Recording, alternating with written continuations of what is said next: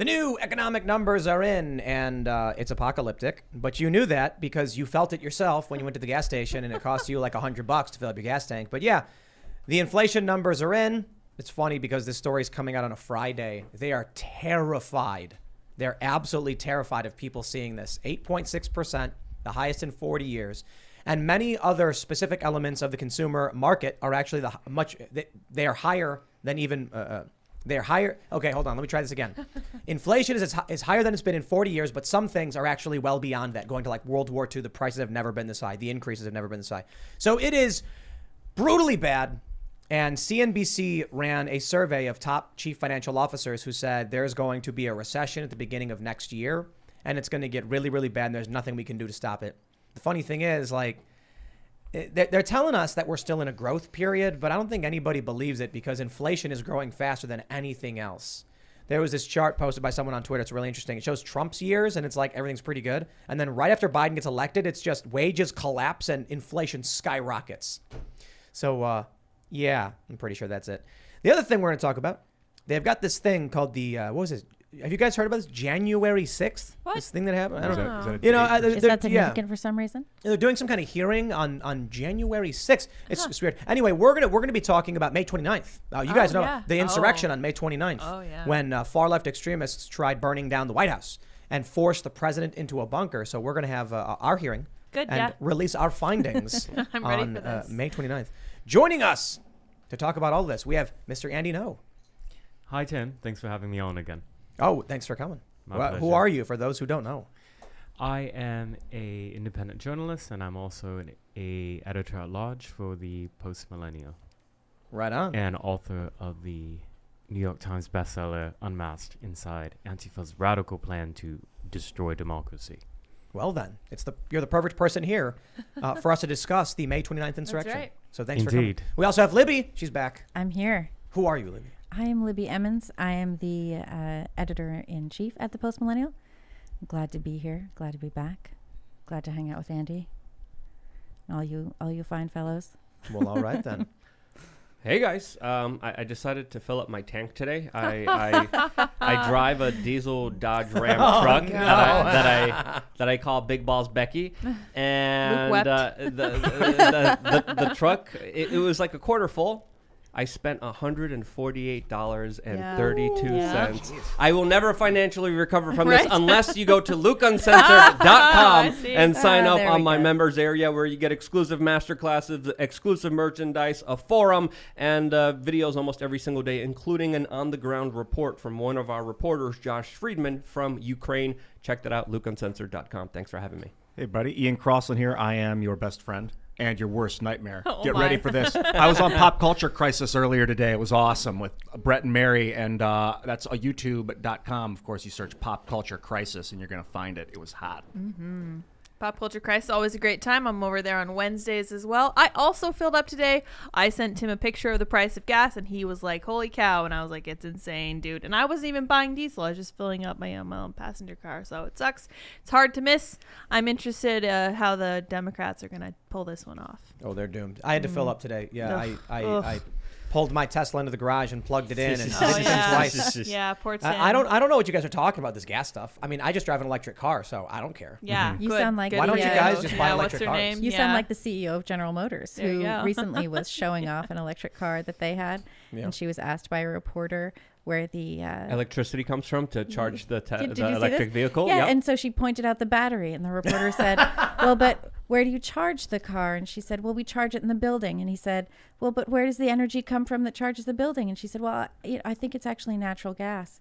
Wow. So, We'll save it. We'll talk about this. Before we get started, head over. Did she say natural gas? She did say We'll get into it. We'll get into it. Hold it. Head over to timcast.com. Become a member and help support our work. As a member, you'll get access to exclusive segments on the Timcast IRL podcast Monday through Thursday at 11 p.m. We didn't have one on Wednesday because, we had to evacuate the building, and that sucks. But we could use your help, and there was one up the other night. So also, you're supporting our journalists, who we're hiring more of, and you're helping support the infrastructure. We are building a website and building tools that are outside of big tech Silicon Valley garbage and censorship. So don't forget to smash that like button, subscribe to this channel, share the show with your friends. Here it is, ladies and gentlemen, from CNBC. The recession will hit in the first half of 2023, and the Dow is headed lower. CNBC CFO survey. So they asked 22 CFOs, C-suite level dudes from I think they're Fortune 500 companies, and they all basically said, oh, we're doomed. And they blamed the Fed. That was one of the interesting things. That they said the Federal Reserve is a huge risk factor for us. So it's going to get bad. We also have inflation. Bidenflation, says the post-millennial, inflation hits 41-year high as gas and food prices soar. That's right. You know it. I don't need to tell it to you. Gas prices have hit a $5 national average after a rapid rise. So here's what we're seeing. August, food shortages. Gas prices are going to be through the roof. I think they're saying it's going to be $6 to $7 nationwide. So California will be over $10, that's for sure. And diesel shortages was one of the things that I'm seeing across the board. When that happens, everything else is going to go up. It's going to get way worse. And then here's the best part.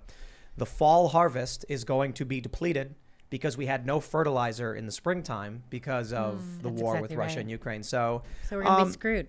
I'll just say all of that stuff in and of itself, right? It's falling apart. The world is. And then you see the political stuff with January 6th. And I'm just like, this country's falling apart politically. Everything's just crumbling. How are you guys doing? We attacked, as a culture, we attacked the foundations of our country. We attacked our cultural foundations. We completely destroyed what we were built upon ideologically, and now we are suffering the price of that. We're suffering the fallout from that. Well, it didn't take a genius to see what was going to happen. Ever since the beginning of COVID, you could see the government intervening in the private market, shutting it down, allowing their friends to be open, and destroying any kind of possibility for upward economic mobility. It has been destroyed. People's futures have been destroyed, and these are the consequences we are paying for these lockdowns, for these politicians that thought that they could control every aspect of your existence because you let them control it. Well, so let's talk about this gas real quick because we were getting into this a little bit. I was driving my Tesla today. Oh. And I was so confused why everybody looked so angry at the gas station. And I just shook my head and was like, silly people, just get an electric car. It's only $60,000. Did you wave at them as you were driving by them? I honked and I yelled at him. Good. And Very I said, good. you need to buy electric cars. And the guy yelled back, I can't afford an electric car. I was like, that's an excuse. You can afford $100 for a gallon of gas. You can afford an electric car. Gosh. Yep. Yeah, $100, and with inflation, $60,000, $60,000, even a difference. it's going to be, the same thing. That's what it'll cost to fill up your car soon. Well, actually, check this out. I really think that's what they want. So fracking, for instance, used to be, it was not profitable because the cost of fracking was higher than the amount of energy you'd get out from it. Once fuel started reaching a certain level, all of a sudden it was like, okay, now fracking makes sense. This is what's going to happen. If you're already spending $100 to fill up your car's gas tank, you're going to be like, well, what's $300 for a loan on an electric car? Might as well just do that, I guess. It's going to be cheaper.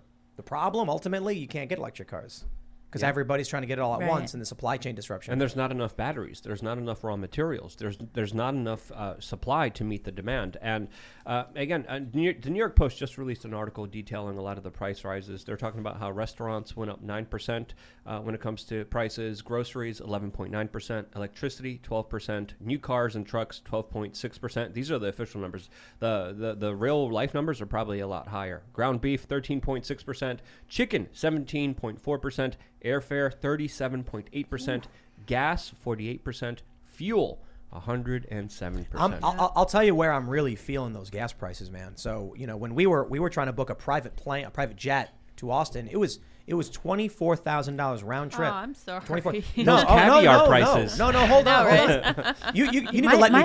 Excuse me. Okay. I didn't finish. Okay. 24 was fine. But now it's been 6 months, $55,000 for a round trip flight. Oh, well, 55 is just too much. I mean, $25,000, and that's that fine. just crosses the line. Andy, how are you surviving? No, but hold on. But I'm dead serious. I was talking to Alex Jones about it, and I was like, "How are these people?" Like, I hear all these stories, like Amber Heard just flew on a private plane, and he was just telling me, "He's like, well, look, this was back in November. He's like, usually it's around like $25,000. You're flying a private plane to like Austin or something." And I was like, "Wow, that really is expensive. That's insane." I was like, we'll fly commercial. It's a couple $100. And then we were looking at flights again because we have there's like apps that track it. $55,000. So it doubled. That's the fuel shortage and the fuel increases. Yeah, that's crazy. The other thing too is that we are being pushed into this electric vehicle economy. because supposedly it's more sustainable. But there have not been any discussions about how the materials in the batteries are mined, how those things are disposed of. It's not actually necessarily more sustainable once you take all of those things into consideration. Just like with the plastic bag thing in New York, where they took away all the plastic bags and then they started replacing them with paper and cloth. That's not actually more sustainable. It costs more to transmit those things. To transport those things costs more to make them, all of this stuff. And this is what they want. They want to destroy us. And as many times as Biden keeps saying, every time he says that they want to remake the economy from the bottom up and the middle out, it's just a complete and total lie. They want to remake the economy from the top down by forcing us all to conform to whatever bizarre ideas that they have that aren't actually doing the thing they think it is doing. So let me ask you guys. You're Libby, you're okay with saying where you're based out of, right? Yeah, I live in New York.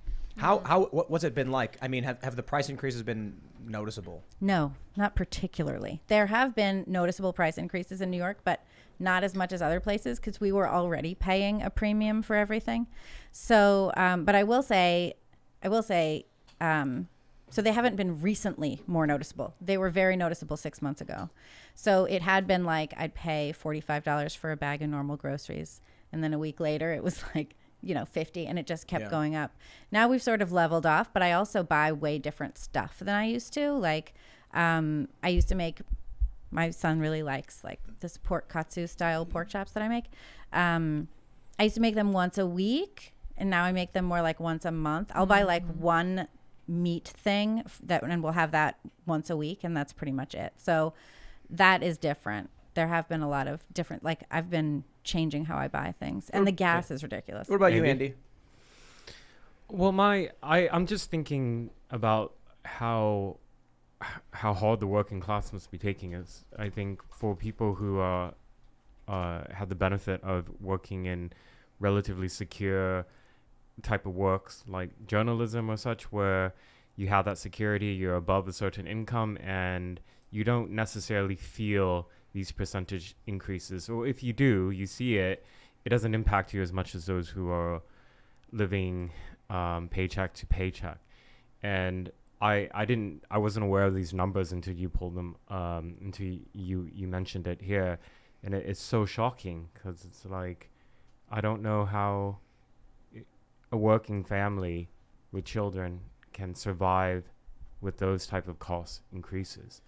And it's an issue that's affecting all of the world. I mean, if you turn into the UK press, the increases in the energy costs especially, the people are feeling it really there. In France, they recently had their presidential elections, and that was the cost of living was like. Or they keep voting for Macron. Yeah, but that's because they deserve nothing but contempt. No, I mean it. Like they rioted after they attacks on petrol was put in, and this is under Macron. Oh, the yellow vest stuff. Yeah, and they protest for they riot for 18 months, and then they're like, we have to vote for him again. It's like, okay, you get what you vote for, dude. I'm not gonna. No empathy there. They voted for him again. They did, but I mean they were given there were only two options. It's kind of like, I don't know. Can you really blame half of America now for suffering because of the current administration we have? Oh no, I mean like the people who voted for Le Pen. I'm like, man, that sucks. The people who the majority of people who voted for these people. I'm just like, what do you want me to say about it? But if I can play, you get what you vote for, man. But if I can play devil's advocate a little bit, I'm wondering how would you all respond then? Let's say to the argument that, look, all over the world, countries and societies are experiencing increases across the board because of the result of the pandemic, and you cannot blame this on the current head of state. Yeah, so I was looking at a chart that shows the economy in wage growth and inflation under Donald Trump during the pandemic and then under Joe Biden. And for some reason, a month after Joe Biden becomes inaugurated, wages collapse and start receding and inflation skyrockets. And then I hear from people, they're like, well, that's because what we're seeing now is the result of what Donald Trump did. And I'm like, so hold on. So you're saying that 9 months of policy, so the policy from 9 months prior to the inauguration that Trump did and the governors resulted in a massive spike in inflation and wages collapsing 9 months later. That's what they're saying. They're saying what Trump did during the pandemic resulted in this slide. Okay, well, Joe Biden's had a year and a half, and it's only gotten worse. So that means Joe Biden's cleared those 9 months. He should have done something when he got in to reverse what Trump was doing wrong. No, the reality is under Trump, even in the pandemic, it was relatively stagnant. Growth was there around 2 to 3%. Things got really bad when governors shut everything down, but inflation was not this high, even with the spending. Now under Joe Biden, 9 months later, where is the change? Where is the recovery? It's not there. They're lying. They're making it up. Yeah, so yes, inflation it's a total, So just really quick, lie. Andy, I would also answer you specifically by talking about the U.S. dollar being the world reserve currency. It's the petrodollar. So what happens here absolutely matters and affects the entire world, especially when you have the U.S. Federal Reserve controlling the supply of the dollars. And when it's bailing out some of the richest, most powerful institutions in this country, it screws everyone else over because it puts so much of that money out there in the world market that it devalues the purchasing power of the dollar for the people who hold it, because it's literally being printed out of thin air. And if you look at the purchasing power of the dollar, it continues to go down dramatically, not just within the last year, 2 years, 3 years. We're talking about decades of the dollar being deliberately destroyed. And to me, all of this is done on purpose as a part of the Great Reset, where they're going to be building back better after destroying the old system. And I think what we're seeing right now is being done deliberately, and it's dangerous, and it's affecting us. But more importantly, it's going to be affecting the world even more. It is being done deliberately, and it's being done deliberately in order to change society and remake it into something that the Democrats believe will be better. And what they don't understand is that they haven't come up with anything better. Sustainable energy, renewables, they're not better. They're not ready. They cannot bear the brunt of our industrial American nation. Neither can EVs, neither can any of this stuff. And instead of dealing with inflation, instead of dealing with economic issues, they have been reversing, trying to make changes in society. Like the first day Joe Biden was in office, he basically eliminated women, from like civil rights, and has proceeded to do that. So their biggest concerns are enforcing an ideology that very few people but the elites agree with, if they even agree with it at all, if they're not just putting it on, and changing the economy to, benefit themselves and their friends and their ideology. That's all it is. It's a trash way of running this country. Maybe I'm naive, but I don't think it's intentional. I think it's just incompetence. You think it's just? I used to think it was incompetence. That's the thing. I used to think it was incompetence, and now I think they are intentionally trying to destroy the country because they hate our foundings. They want you and thinking. They hate what we came from. Okay, they hate our culture and they hate Americans. That's now what I think. I definitely hear you on that point, but I don't think you need to go that far. It is intentional because they said it was. Joe Biden specifically said he wanted to take climate change seriously. The Democrats said they want to take climate change seriously. Greta Thunberg said, "How dare you?" And so Joe Biden gets elected and he says, let's shut down oil and gas leases. Let's shut down Keystone, which caused rampant speculation. And then you see this major fluctuation in wages, inflation, all of these things. It's not all Joe Biden's fault. But if someone comes in and says, I'm going to save the environment, and then all of a sudden gas spikes through the roof, and then they enacted policies to make it harder, I'm like, well, yeah, that is them doing it. They said they were going to do it. They said that's why they're going to do it. So I would say, I'm not saying they want the economy to be on fire, but I'll say this. We know they don't want you driving cars. They've said that. We know they don't want you flying in planes. They've said that. We know they don't like farting cows. They literally did say that. So when they enact policies that make it harder for you to drive, I'm like, well, they said they wanted this. If the end result is the economy is bad, I can't definitively prove that's what they wanted. But if people can't drive, the economy will get bad. So it is the result of what they've been trying to do. Why do you think what drives Americans to the streets in protest is not economic crisis, but cultural issues such as over guns, abortion, Black Lives Matter, or protesting the right? Well, all of those things, you have to be really stupid to want to protest, right? So guns, for instance. I saw a meme. I love the memes on Facebook, and it said, to sell a taco in Texas, you've got to get a permit. You've got to pay a fee, only use certain ingredients, import them and have them regulated. But it's like a huge list. And it's like how to buy an assault rifle. Bring your ID, walk in, fill out a form, have as many guns as you want. And I'm just like, okay, to buy an assault rifle, you have to do a background check from the ATF, the FBI. You got it fingerprinted by a sheriff's department. Whole process can take Right now, they're estimating about 6 months, but it could be taking a year considering they're a little backed up. These are called NFA items. So the people that are going out and going, no assault rifles, like they have no idea what they're talking about. The people that are going out and protesting abortion have no idea what they're talking about. We have someone on this show, a progressive, and he could not tell us what he really thought about abortion because he just kept saying it's the woman's choice. And he didn't know any of these news stories. He didn't know about Kathy Tran in Virginia wanting abortion at 9 months and things like that. And then what was the other thing you mentioned? Oh, the right. Well, yeah. When you watch nothing but CNN and they're like, insurrection, and you hear AOC going, he pounded on my door and went, where is she? You are completely brainwashed in a cult. So, of course, you're angry and frustrated because they keep just beating you over the head with this craziness. Meanwhile, you have people who are associated with the quote unquote right, which includes post-liberals, moderates, libertarians, conservatives, who are like, I actually read the news about guns and, oh, I understand it's a nuanced issue. It's hard to solve. I actually read the news on the abortion stuff. Yeah, those people are crazy, aren't they? Then you actually see Antifa. And here's what I won't get. I don't understand why the right isn't marching in protest against all of the waves of destruction caused by Antifa, the 529 insurrection, when leftists set fire and tried to raze St. John's Church, when they set fire to a White House guard post, when they tried to actually break down the fencing at the White House and the president was forced into a bunker. And the right, what are they doing? They're going, January 6th is dumb.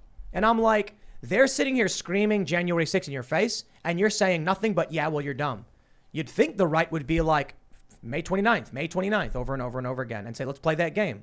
The right never does. All they do is respond to whatever the left is doing. That's because the right for so long has been completely overtaken with this idea of the live and let live culture.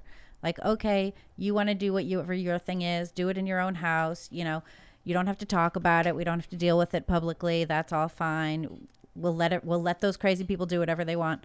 And so there's no real conservative culture of an intentional protesting type of pushback. We're not seeing that. I think we're starting to see that a little bit more. I think we're starting to see that bubble up. And, you know, I've only just become aware of organizations that are intentionally trying to do stuff like that. But it's new. I mean, conservatives need to create a culture of demanding their rights and of demanding justice. It hasn't existed. It hasn't existed up until this point. It just hasn't existed. Yeah, I think that people, have you ever had that problem where you eat a bunch of sugar and then like you have no energy after that? You're just exhausted for like a day or 2 days or something. I think people are living in that state right now, and they're just a lot of people are unmotivated to get up and to scream. It's starvation will make people crazy. That's something like we talk about the economy. left are motivated to organize and mobilize over and over and over. Yeah, including over non-issues. I think maybe and hoaxes. When people are on psychoactives like Adderall and stuff, that their emotions are very flippant and they can be pushed with like spectacle really easily. So a burning building or a guy getting punched can make people like become enraged and go do whatever the news anchor tells them to do, especially when they're on psychoactives. I think that's part of what the manipulation is coming from. The crazy thing is, we know that a lot of these assassinations throughout history have been just really deranged people. I mean, what was it? Hinckley just got released. Right. Now you've got the 911 call being released about the guy who went to assassinate Kavanaugh. And he's on the phone saying, I need help. I need psychiatric help. Something's wrong. Like, the dude was nuts. And so these people turn on the TV, and what do they see? They see Chuck Schumer going like, you will pay the price. And he's like, yes, yes. Then he sees the address posted by Ruth sent us, and he's like, yes, yes. Then he buys a plane ticket, gets the weapons, shows up. And then fortunately, this guy turned himself in. This is what I don't like. Like Elizabeth Warren would use this flowery rhetoric. We need to fight to get our something and fight and fight. But to the people on psychoactives, what they're hearing is, I need to fight. And they really think they got to go fight somebody. And then they're literally out of their mind. Yo, did you guys? I heard. No, go ahead. The quartering got swatted again. Mm-hmm. Is that and Rekieta? I believe so. Yeah. Yeah, I saw and that Rekieta on Twitter. I think he was streaming with Rekieta, and I think he got swatted while he was doing that. But both of them I think at so. the same time. That's what I heard. They both got swatted at the same time. I think so. See, I'm telling you, man, everything's just imploding. Like, yeah. So here's what I was saying the other day. If the federal government will not enforce the law, these people showing up to Kavanaugh's house, they won't do it. Then someone actually tries to kill the guy, and they still won't enforce the law against these protesters. That is them outright saying, we do not protect you. We will not protect you. And in all reality, Jen Psaki encouraged them to do it. Yep. They're outright saying, we're the ones against you. Like the protesters and the federal law enforcement are effectively the same thing as far as I'm concerned. Then you have the unwillingness to actually enforce the law, or, I mean, they're probably happy it's happening. I can only imagine. You have the swattings against us, now the quartering, Rekieta, and other people. And they say, we can't stop it. So if you can't do anything to protect us, and you won't enforce the law to those that seek to do us harm, how is there a country at all? This is a narco-tyranny. Yes, we were talking about this yesterday. That's exactly what it is.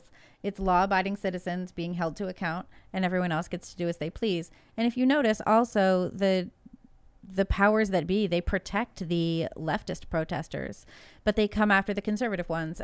I'll never forget in Lansing, Michigan, I'm pretty sure it was Lansing, early on in the pandemic, I think it was in April, you had a bunch of people whose businesses had been shut down. Not the casino owners, they were fine. Not the liquor store owners, they were fine. But Gretchen Whitmer had shut down all of these businesses, nail shops and hair shops and like whatever else. So all of these people went to Lansing. They protested at the state house there. They were called white supremacists. They were dragged out of there, you know, all of these things. When conservatives protest for their rights to just exist, they're the ones who are vilified. They're the ones who are taken out. Just like the J6 people. How many people did they take down in that? And it's all being tried with misdemeanors. How long have they spent in jail? No trial. You know, and last week you had Joe Biden saying that none of our rights are absolute. And you can see that his DOJ means it, because these people don't get a speedy trial, right? We have a right to a speedy trial. We have a right to reasonable bail. These people aren't getting that. Joe Biden means it when he says that our rights are not absolute. He's 100% on that. That's why I say we've probably been in civil war for a while now. People just don't recognize it because they expect warfare to stay the same. And I blame Fallout, the Fallout franchise. Naturally. Because Ron Perlman keeps telling us that war never changes, but war actually changes quite a bit. That's why there's different generations of warfare and strategies. So now what we're dealing with is we have this report, whistleblowers claiming the FBI has been purging conservative agents. Okay. Is that right? It's reported that several whistleblowers came out and said people who are conservative are being called disloyal and they're being removed. You take a look at the GOP frontrunner in Michigan getting arrested and charged on several misdemeanors, but the FBI raids his house. That's right. And then they dragged him out of there. They drag him out. So any way you cut it, the federal government is now arresting opponents of the Democrats, and it is a Democrat administration basically criminally prosecuting and targeting its rivals. Meanwhile, you have people, terrorists, who are showing up to the homes of justices with no accountability. Someone literally came out to kill Kavanaugh, and Merrick Garland still will do nothing because, I mean, let's be real. They're into it. Merrick Garland and the protesters are the same faction. They want it to happen. Mm-hmm. Jen Psaki said, we encourage this. Yeah. And then the dude shows up. Lori Lightfoot called people to arms. That's right. Literally over what was happening with Roe v. Wade in this leak. Mm-hmm. And this guy... Wasn't it like May 9th or something? Yes. She did that? Yeah. She said it's a call to arms and we must fight for our rights and we will not allow it. And then this guy... He heard it apparently, and then he shows up. Fortunately, he turned himself in. We're very, very fortunate the guy had a moment of clarity to be like, okay, this is crazy. But this is what happens when they incite, they encourage, and then they don't enforce the law. I would say the federal government's unwillingness to enforce the law here is they are involved themselves in stochastic terrorism. You know what's interesting though too is what is stochastic terrorism? It's when you say things like, we certainly encourage people to show up and protest in front of these people's houses, and then someone shows up with weapons to kill the person who lives there. So it's kind of like, oh, won't someone rid me of this priest? And then someone goes and kills the priest. I never said to do it. I was speaking rhetorically. Charles Manson, apparently. That's how he was like, sure, it'd be great if some people showed up at their house and wreaked havoc or whatever he told. And then Tex and the rest of them went to the house and killed a bunch of people. Manson was like, I never told him to do it. Yeah, you kind of insinuated that maybe they should. So when Jen Psaki encourages them to do it, Lori Lightfoot says, call to arms, literally. And then the guy shows up. And then Merrick Garland, okay, this one guy is getting charged. Right. That's their line, actually trying to pull it off. But the people who are protesting in front of the homes, they're committing a federal crime. And the federal government's like, no, that's fine. We want hyper-partisan pressure applied to the courts. That's the reason why you can't do this, is that there can be no justice unless the courts can function. That's why we have the law in the first place. This is actually the legal justification. If you can't have courts be free from political pressures, then you can't actually have justice. No, then there's no justice at all. Which is why we said no protesting to sway a court's opinion. Seamus brought this up the other day. Judges are not elected officials. Right. They're appointed. I mean, some judges are actually, but these federal judges are appointed. Not, yeah. So you're not going to change if they're going to be in office or not. What you're trying to do is force them to give the ruling in your favor, which is not justice. And Merrick Garland, the federal government, Biden's administration, the DOJ, they are in favor of all of this. But if you look at even what happened in Virginia, right? So we had protests outside John Roberts' house, Chief Justice, and there was a recent election in Virginia. Everyone thought it was really going to shake things up. Glenn Youngkin, conservative, came in to lead Virginia, and he didn't do anything about the protesters outside Roberts' house. He posted on Twitter that he was monitoring the situation, and it's like, yep. No, like, as you know, as my friend Jack Posobiec said, it was like, no, the rest of us are watching what's going on. You're supposed to actually do something. You're the leader of this state. It is a federal law. I'm not sure there's a state law prohibiting them from doing it, so they don't have the jurisdiction. Oh, is that right? That's my understanding. I could be wrong, though. Yeah, the idea is that Merrick Garland would be the one who would have to say this is a federal law that you are breaking and have to go in. You'd think after someone showed up to kill the guy, he'd be like, okay, we're going to get people out of here. Right. Nope. No. So I'm just telling you, January 6 hearings, nothing on May 29th. It's a total show trial. It's preposterous. And that they brought in a daytime TV guy to like do the production on it. Prime time. I thought it was a Good Morning America guy. Oh, is that? No, it's a former president of ABC News. Is it? Yeah. Yep. Well, he probably did Good Morning America. Yeah, I think he did. But it's just so ridiculous. It's so obvious and transparent what they're doing. They're propagandizing this entire thing just to try and make it so that Trump can't run again and so that all conservatives are vilified as white supremacists. Well, the reality is conservatives don't care that a bunch of leftists tried burning down the White House and forced the president into a bunker. I mean, you can argue, no, of course they care. Yeah, but they don't care nearly as much as the left does. The left doesn't want to talk about how they actually set fire to St. John's Church and a White House guard post and tried ripping down the barricades. And they did rip down the barricades. They did, but I mean like they wanted to actually breach the White House. 150 officers were injured in that. And conservatives don't bring it up. The right, I mean, I hate saying conservatives, but every single person in opposition to the violence, yeah, we can sit here and be like, yeah, Antifa's gone too far, but we're not funding hearings. There's no conservative, right-wing, libertarian, moderate millionaires or billionaires being like, we need to get all these politicians to do primetime hearings about what happened on May 29th when the president was forced in the bunker by a bunch of far-left extremists. It never happens. That's just one example of what the right is never willing to do. Meanwhile, the left won't shut up. A right-wing dude can fart in an elevator in next to a senator, and they're screaming. People in pink hats storm the Supreme Court. They go to the Supreme Court, they're banging on the doors and they're screaming. They show up to the Senate buildings and they're on every floor screaming and they shut it down. That's not an insurrection. They go to the White House and set fire to a church, nearly burning it down. It's called the President's Church. They set fire to the guard post, as I mentioned. They tore down the barricades and tried breaching the fence. 150 officers harmed. The left doesn't care. And apparently the right doesn't either. So long as regular people are caught between a news cycle showing constant images of violent MAGA people. And the right just keeps saying, no, no, no. Well, then the only thing regular people are going to see is the right wing being violent. What do you think they should do? I think people on the right should have been having hearings on May 29 endlessly. I think the first thing they should do once they're all sworn into Congress on January 3rd is they should impeach Joe Biden, and they should have hearings on Ukraine and Burisma and the private equity deals in China, and they should hold hearings on 529, and they should say 529 over and over and over again and never shut up about it. This is kind of brilliant. And then here's what happens. You know what I do? I'm sitting in the congressional hearing, and they say, we'd like to have a conversation with you about this big tech social media policy. And I would say, thank you for the question. On May 29th, far left extremists set fire to a church outside of the White House, and they breached the barricades, injuring 150 police officers. And they forced that, sir, we're talking about big tech. Oh, I'm sorry. Yes. So as I was saying, on 529, that's what they're doing. Yeah, that is what they're doing. And I've got, they're posting memes. They are going nuts. Now, I will say, it's the economy, stupid. They can try and do everything they want. I don't think it's going to save them. But it's certainly, when it comes to the political violence and the escalation of the culture war, the right never never stands up and says, this is the subject. The news cycle is always being set by the establishment. Well, we're always just reacting. We're always just reacting to what they're doing. 529.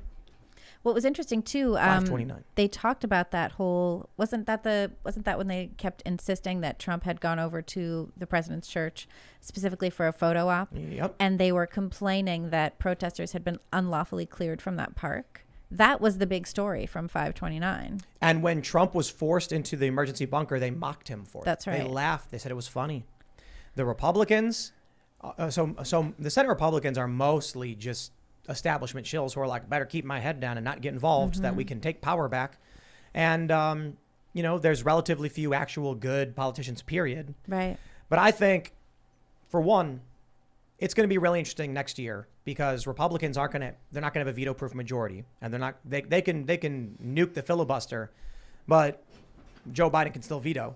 Mm-hmm. I think they should just scream 529. Make Just over stickers. and over again. 529, the insurrection. Yeah, but The insurrection on 529, Luke. you expect the Republicans to do something, and No, I don't. and they don't do nothing. Right.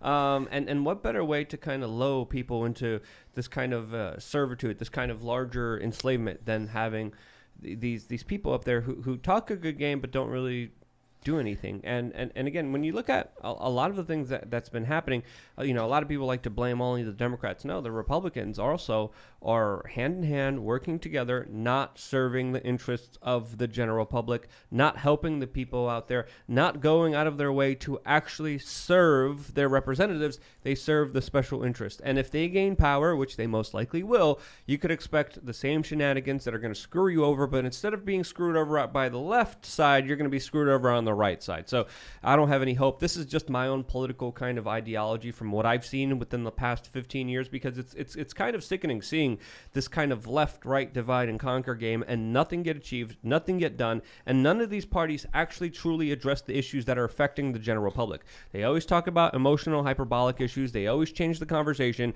and we never get to the core issue of why we are being screwed over every single day. Well, I think one thing that happened with the Republicans too is they spent a long time just worrying about, fiscal Iraq, issues, Afghanistan, fiscal tax issues, things like that. They thought that they were above all of this other stuff. A lot of conservatives that I knew, growing up or over the last several years, prior to this current cultural moment, were very insistent that they were fiscally conservative and socially liberal. And I think that was a big mistake. I think giving up the culture and saying whatever crazy stuff you want to do to the culture is fine. You want to destroy the foundations of American principles, that's fine. You want to say that all the founding fathers were racist, that's fine. You want to tear down Confederate statues, that's fine, right? You want to say that the Declaration of Independence was just racist, that's fine. We're just going to deal with tax law. That was a really huge and stupid mistake because it gave everything away. It said the thing that we're fighting for is meaningless anyway. So what's the point of doing it? What is it that we are going out there and dealing with? I was at a conference recently, TPUSA, this Young Women's Leadership Summit, and I was on a panel talking about some stuff, and it was really fascinating. The most fascinating part were the questions. So you had all of these thousands of women there, young women, who are really insistent that it's time to take back the culture, time to go for it, and they're angry and they're really pissed off. One young woman asked a question saying that she grew up with, conservative values, but so many people around her grew up with extremely liberal values. And one of the things about that, she said, was that no one knew what a soul was. No one knew what it meant to have a soul, an everlasting soul, an internal soul. People thought that when they had issues that she thought might be spiritual issues, and that we potentially growing up, people of my age group would think were spiritual issues or things of that nature.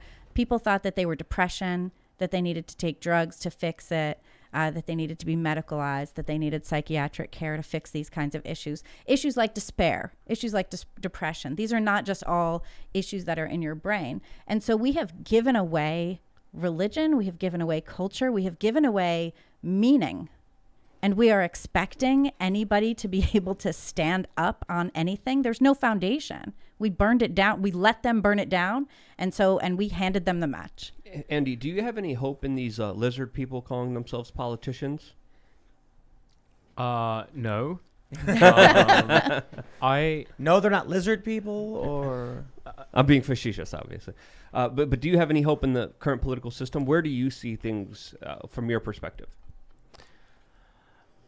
I spend a lot of time outside the United States now. When I go back and I pay attention to things that are happening here, it actually makes me really sad. Like I don't think it's a sign of a vibrant democracy for people to show up outside the homes of judges to try to intimidate them, and pressure them and harass them into ruling a certain way. That's actually, I think, a very emblematic of decay in liberal democracy. And all the issues we're talking about here, it's just, it's hard to be optimistic. It's hard to come up with like solutions. It's almost at this point, it's kind of like a certain line has already been passed where any solutions are maybe just band-aids. I don't know. Maybe I'm being too pessimistic there.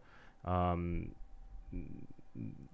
responding to Libby, I think the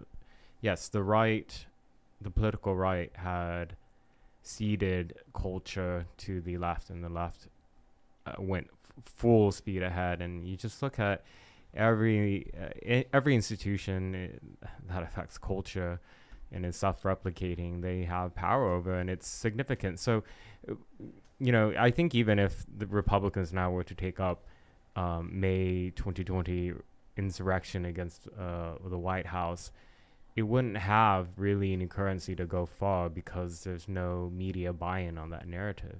And I'm such a critic of the media apparatus for the fact that they can create certain narratives and uphold narratives that are untrue and mislead the public and misinform them. And so it's, if you don't have the support of that media infrastructure, you can rally around a claim. It won't go anywhere. Yeah, but I don't, if you look at the big cable networks, their viewership is substantially less than Fox News. And, MSNBC, CNN, and HLN, they get less than what Fox gets combined. Yes, but that and in combination with print publications, they are able to make the talking points that get to the desk of those in Congress, right? And my point before was Republicans will be sitting down with Democrats, and Democrats will say A, B, and C, and the Republicans go A, B, and C, A, B, and C, when the Republicans instead should be going 1, 2, 3. When the Democrats say 1-6, the Republicans should only talk about May 29th. So right now, with the January 6 hearings, Republicans should be having their own hearings, and any attempt at any conversation on the House floor, on C-SPAN or otherwise, should be on May 29th. Then the media won't have an option. So I mentioned it's similar to with Donald Trump. He was on Twitter. He should have got on Parler. If he did, it would have forced the media to cover Parler, and it would have forced journalists to have signed up for Parler to get access to his tweets, because the journalists said outright, my job requires me to have notifications turned on for Trump's tweets. That's right. But Trump wouldn't do it. Not until after he's out of the news cycle for the most part. He's still here, but he's not the president. What needs to happen is Republicans need to stop playing the game the Democrats are demanding they play. And the Democrats can come and say, I've got a health care bill, and the Republicans should respond with, thank you for bringing it up. Yes, on May 29th, there was an insurrection. And then they're going to be like, we're having a debate on what? Oh, health care? Right. The health care for people on May 29th. The president was forced. Just do not give him a chance.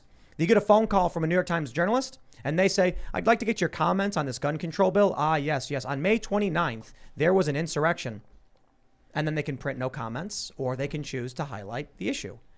So Republicans have power whether they want to acknowledge it or not. And until they decide to set the news cycle will be whatever Democrats want it to be.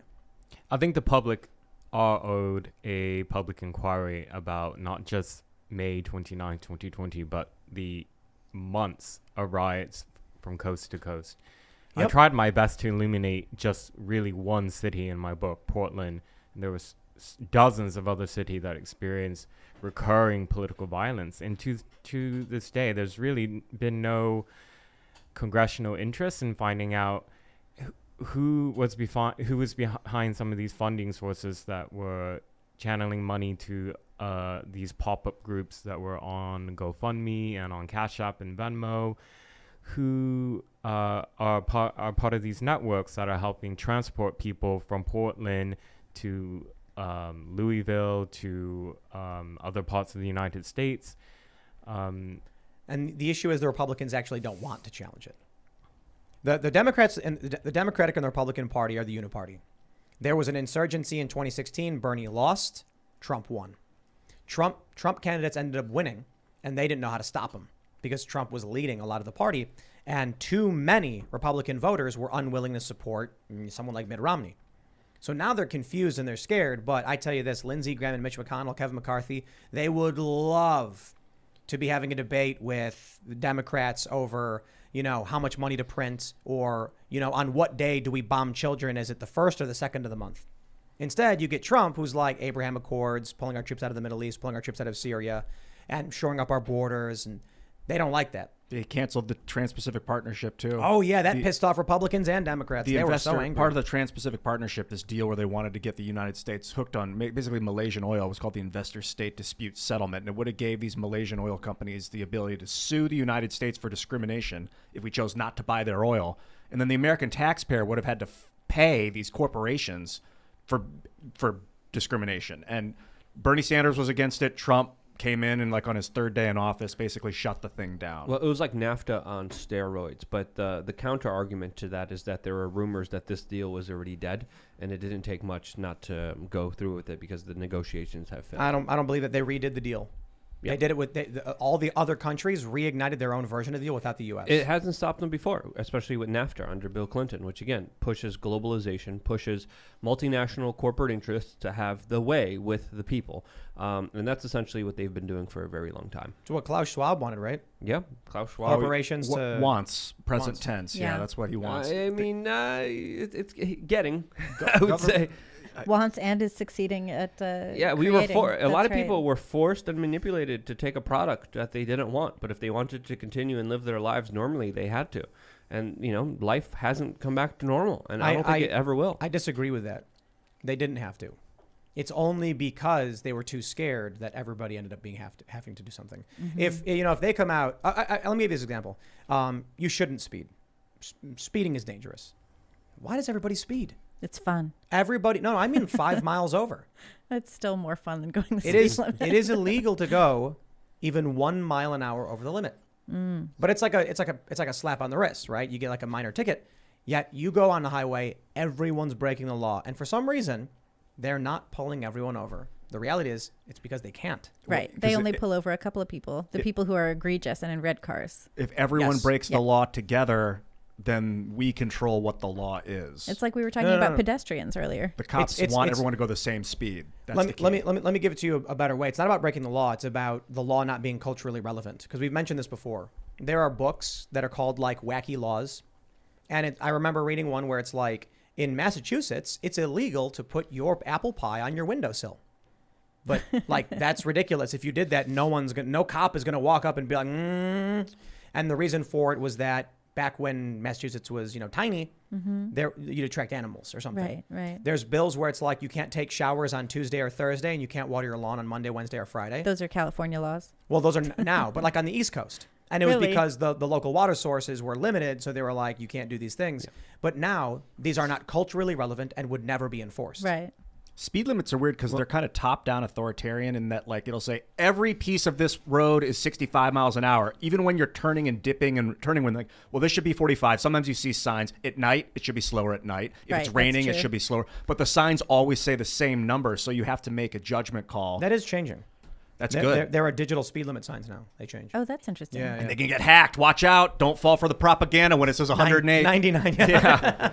They're trying to get you. I think all this... It's like it says minimum 108. Okay, I'm going too fast. This propaganda of the left and the right and the Republican and the Democrat feels like a cult party game. And I'm looking at this Thomas Jefferson quote. I've been staring at it. That banking institutions are more dangerous to our liberties than standing armies. And if you look at the last 3 or 4 years, I think this is played out exactly. Where has the U.S. military been in the midst of this problem? They're not involved. They're not messing with us. The National Guard's not giving us problems. It's corporations that are manipulating people with media. It's BlackRock, things like these giant conglomerate banks. Federal Reserve, which gives them these loans, they use then buy up the property from poor people. It really is. And I think You know, if we want to revolt against anything, it's against the corporations. It's against the bank. You know, I think that you're onto something with revolting against the corporations, because they also unleash all of this wicked and ridiculous messaging all over us that doesn't make any sense, that isn't even in line with what they're doing. You know, it's that classic thing, the Pride Month. All of the big companies are like, we're rainbow, super rainbow friendly. We're covered in glitter in the US, Australia, and England and Canada. And then you look at their messaging in North Africa and the Middle East and China, and there's no rainbow glitter. You know, it's just the basic plain logo. They don't care about these things. Well, they don't care about the values that they claim to. Here's the issue with they just want to push them on us and make us think that they believe in these things and make us believe in them too, even though it's ruining the country. Corporations are authoritarian. Yes, so that is correct. With a constitutional republic, you know, you have various systems of electing representative or forms of governance, but we have guaranteed rights. Corporations have a boss, and the boss says yes or no. You want money? I can give it to you, or I can take it away. So when Klaus Schwab is talking about the world being governed by corporations, the morsel idea they try to plant to people is, oh, we're talking about people who do the work, having say over how the work gets done. And what's really happening is massively powerful interests who can decide whether you get access to resources or not. They're massively authoritarian. They're becoming more powerful than governments themselves. He wants the authoritarians to take over. Yeah, and we should be careful to say corporations. Exactly. Because I have a corporation, you have a corporation, we all have our different businesses.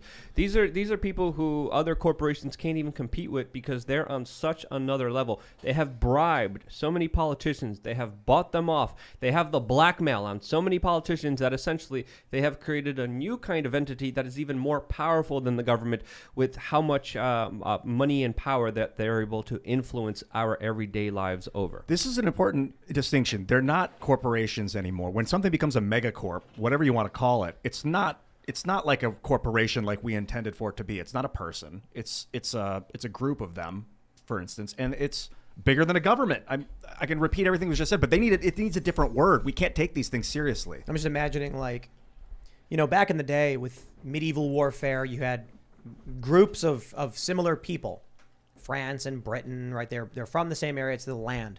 Now, like, warfare very much is major corporations, but just imagine thinking like McDonald's private army and things like that. You know, it's like our chief export is cheeseburgers, and they have a bunch of armed guards. But it's like, who owns McDonald's? No, probably BlackRock. But you think I'm kidding? Take a look at the Banana Republic, right? When armed guards went in and wanted to make sure the bananas could be shipped out because the bananas were the key, you know, product for the company. What was it? What was the company that? Chiquita, right? And they like overthrew the country. Yep. It's like the government, the corporation was more powerful than the government. Look at the stories of... And they had banana guards. Exactly. They had banana police. Look what happened with Panama, Noriega, the stories of the economic hitman. These are stories that are absolutely mind-blowing to show you how these multinational corporations use intelligence agencies to do their bidding for them. I mean, we reached such a crazy level where, again, our government is... for purchase, and it's been bought by some really awful people who only want to benefit themselves and don't care about anybody else. They don't care about you. They buy it by buying the corporations that work within the government. Like, I'm just looking at McDonald's Corp. The top 3 investment holders are Vanguard Group, State Street, and BlackRock. They own about 19% of McDonald Corp. You would nailed it. It was BlackRock. The other thing, too, these corporations think that because they are so big, because they have amassed so much money and economic power, that it is up to them to influence government policy. We saw this in Florida with Disney coming after the laws in that state, believing that they had some sort of right to tell Ron DeSantis and the legislature and all of the people of Florida that they couldn't have this parental rights and education bill, even though it was wildly popular. And corporations came out just recently. A whole bunch of them all got together and sent a letter saying, hey, we demand action on gun control. It's important that we say something. We have to take a stand and say something. Shut up. Like, shut up. You go make money. We already give you a ton of money. We buy your stupid stuff. We eat your stupid bad cheeseburgers. You know, you don't get a say over the government that we elected. Maybe each individual does. Write a letter to your congressman, write a letter to your representative, what have you, like you're an individual constituent. But the corporations that believe that they have a right to influence the federal government, to influence the state governments, it's such a huge overreach on their part. Yeah, and you said it earlier that you thought this was intentional, what's happening. I think so, because there's nothing more that these people would love to see than the fall of American Democratic Republic. It's the biggest because then resistance. they will get to take over. They will just get to do whatever they want. What's your favorite corporation, Andy? I don't think I have one, but this conversation, I haven't put enough thought into thinking about the relationship between corporations and government, and I'm embarrassed that I'm ignorant about that. As Libby was channeling out her anger just now, it's made me so angry and frustrated. It's like, yeah, why is Ben and Jerry's and all these other SJW corporations and trying to affect legislation? In the UK, Ben and Jerry's is trying to pressure the British government against its legislation about sending illegal asylum seekers to Rwanda. And it's but I think the case in Florida of a corporation that's headquartered in Burbank, California, trying to tell parents what they can or cannot have in terms of information about their children's education, that's like butt out. I'm surprised that there aren't more people pushing back. You're right that there does seem to just we just lay down and accept that we accept this culture where these mega corporations with their billions and billions of dollars can actually try to influence our laws. And this grossly inappropriate. Trillions. This used to be a left-wing position, and now we're talking about it. Well, that's because the corporations took all of the tax breaks and whatever else from the GOP, and then just sided with the leftists anyway. I'm trying to look. Is it Unilever that owns Ben and Jerry's? Can anyone confirm that? I'm not sure. I'm not sure. I think it's Unilever. Jerry's. I'm gonna try Ben, to see Ben who and owns. Jerry's and Dove are both owned by Unilever. So I wonder who owns Unilever. No, Unilever is the parent company. Yeah, but that's you mean the investors? Yeah, who invests? Oh, come on. You know. You already Wait, know. didn't you I have already an say, isn't idea. it BlackRock, State Street, and Vanguard? They own like 18 to 19% of almost every corporation in the Everything, world. right. Every publicly traded corp, Microsoft, Dow. You go down the list. It is embarrassing that I didn't know. It's embarrassing for me that I wasn't aware of this till 2 years ago. Well, I think it's probably just good that you're aware of it now. Yeah. Let's talk about woke corporations. Oh, yeah. Ladies and gentlemen, gosh. I would like to warn you. If You have young children. I'm gonna ask everybody to just try and use as much self-censorship and innuendo to convey accurately what these ideas are. And this is because it is adult content. We will not be getting into explicitly, but it's a major news story from Fox News. Postmates slammed over bottom-friendly Pride Month menu. The Postmates bottom-friendly menu drew a great deal of criticism on social media from users who criticized the company's Pride Month move. Let me just simplify this for you. Postmates made a commercial for what's called a bottom menu. How do I describe this without crossing into PG-13 or R-rated territory? We can't even be PG-13 because this is definitely a PG-13 This is an X-rated story. Yeah, Please. NC-17. What this means is that Postmates made a video that was explaining how to engage in adult gay activities and was providing the service for it, and then went on to explain why they were proud to do it. And they were, they said that they're tired of sex ed being heterosexual or whatever. And my attitude was just like, I don't see commercials from like Dole or Del Monte about pineapples and like couples and why that's beneficial or anything like that. We don't have these commercials. That's a fair point. So this commercial was like a bit over the top, but this is the intent. So I don't think the story here necessarily is the Pride Month thing. The story I see here is we have gotten to the point where the attempts to shock the public to get attention have become so drastic and desperate, they're actually just collapsing, decaying, and falling apart. It used to be shocking content was saying a naughty word or something, and you go, oh, I can't believe they would say that. Now it's...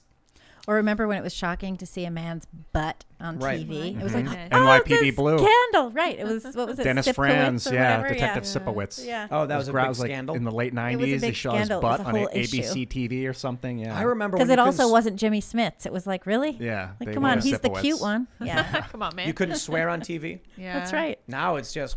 It's all kinds of crazy stuff. So what I see is this ad it was, I mean, this is like X-rated stuff they're talking about. It's kind of crazy. I was shocked when you showed me this. I hadn't been online much today, and That was enough. I took a look at this, and I was just like, oh my goodness.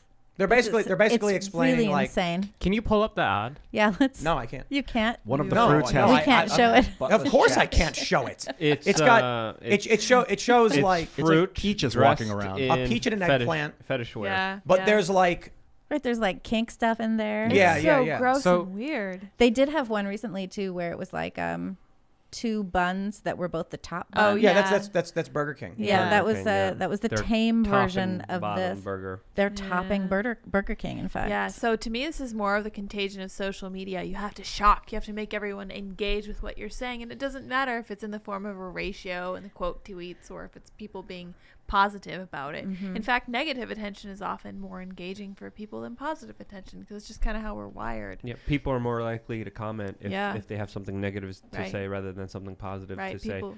I've got this. It's a commercial explaining the negative ramifications of a bad diet while 2 dudes do it. That's There what you it's go. about. Oh, That's gross. pretty Yeah. much it. Yeah. Right. That And is it's the like, summary. here's what you need to eat and here's why you need to eat it. And I'm like, wow, I never thought I'd see that. I mean, what's It'd be cool if they going were on? promoting fasting. But good Well, luck as with a food gay company man doing here, it. can I Yeah, can I yeah, Yeah, what do share you my thoughts?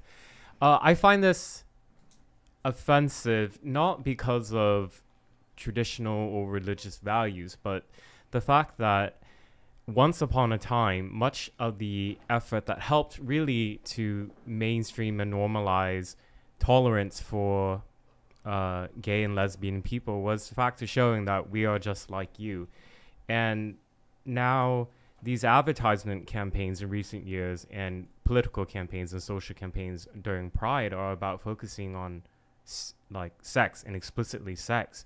And that's, I mean, that was what originally made a lot of people uncomfortable around gay or lesbian people. They always thought about the sex and So- the fetish and all that. And then the fact, you know, that this particular advertising campaign is focusing on anal sex and using references to fetish gear to talk about what's that have to do Food with delivery. pride. Yeah. No. Or food delivery. Exactly. So someone responded to their tweet and they said, if you are not literally helping us have sex, are you really an ally? And Postmate said, exactly. And that's blah, blah, blah. And they're like, that's what we want to do. And I'm like, I didn't realize my food delivery service was required to help me have sex. You know Well, what the I mean? other thing too is in a lot of ways, Pride has morphed into something of just being proud of your sex kinks, right? Pride cometh before the fall. We've Yeah, seen that. Like the Washington Post ran a whole piece about why it's really important to take your kids to Pride so that they can see kink. Right. Fatherly recently ran a piece talking about how it's really important to take your kids to Pride and to explain to them what kink is. There's all of these pushes from people advocating for more sex ed, saying that you have to talk about kink as part of sex ed.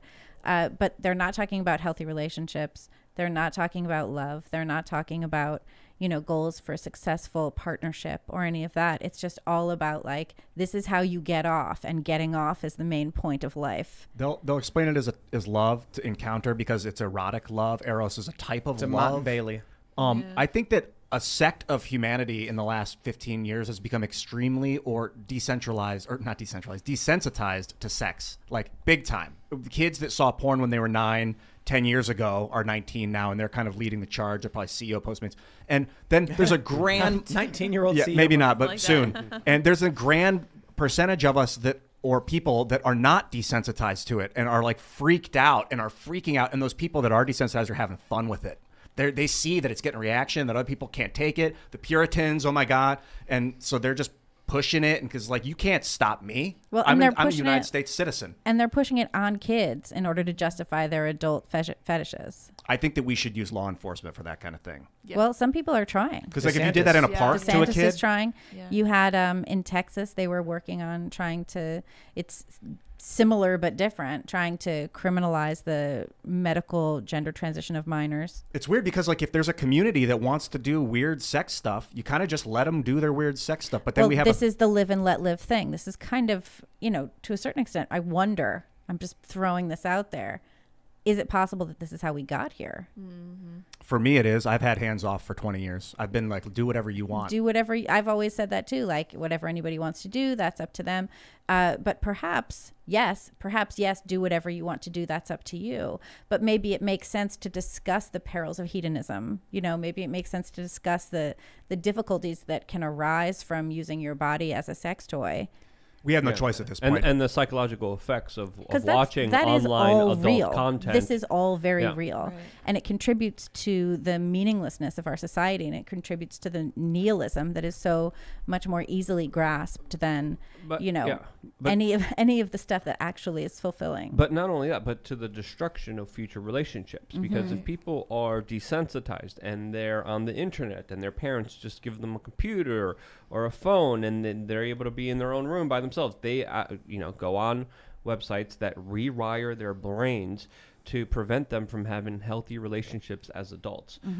So this is, in my opinion, a larger plot of the depopulation agenda. This is one way to prevent people from having children, from having healthy relationships. Because if we really did care about, this stuff, we would be talking about healthy relationships, boundaries, way to communicate your wants and needs, ways to have a healthy relationship, ways to coexist with another human being by being able to respect them as another human being and not see them as an object. So that would be something that, of course, we could have a conversation on, but we don't. All we have is kink. All we have is fetish. All we have is this weird stuff that you could do because it's cool and trendy, and this corporation is telling you to do this. It's ridiculous. It's so stupid. I think you're right that a lot of people do. This is a good opportunity and example of us humanizing people that we may not agree with, and kids watch this show, which is a good thing.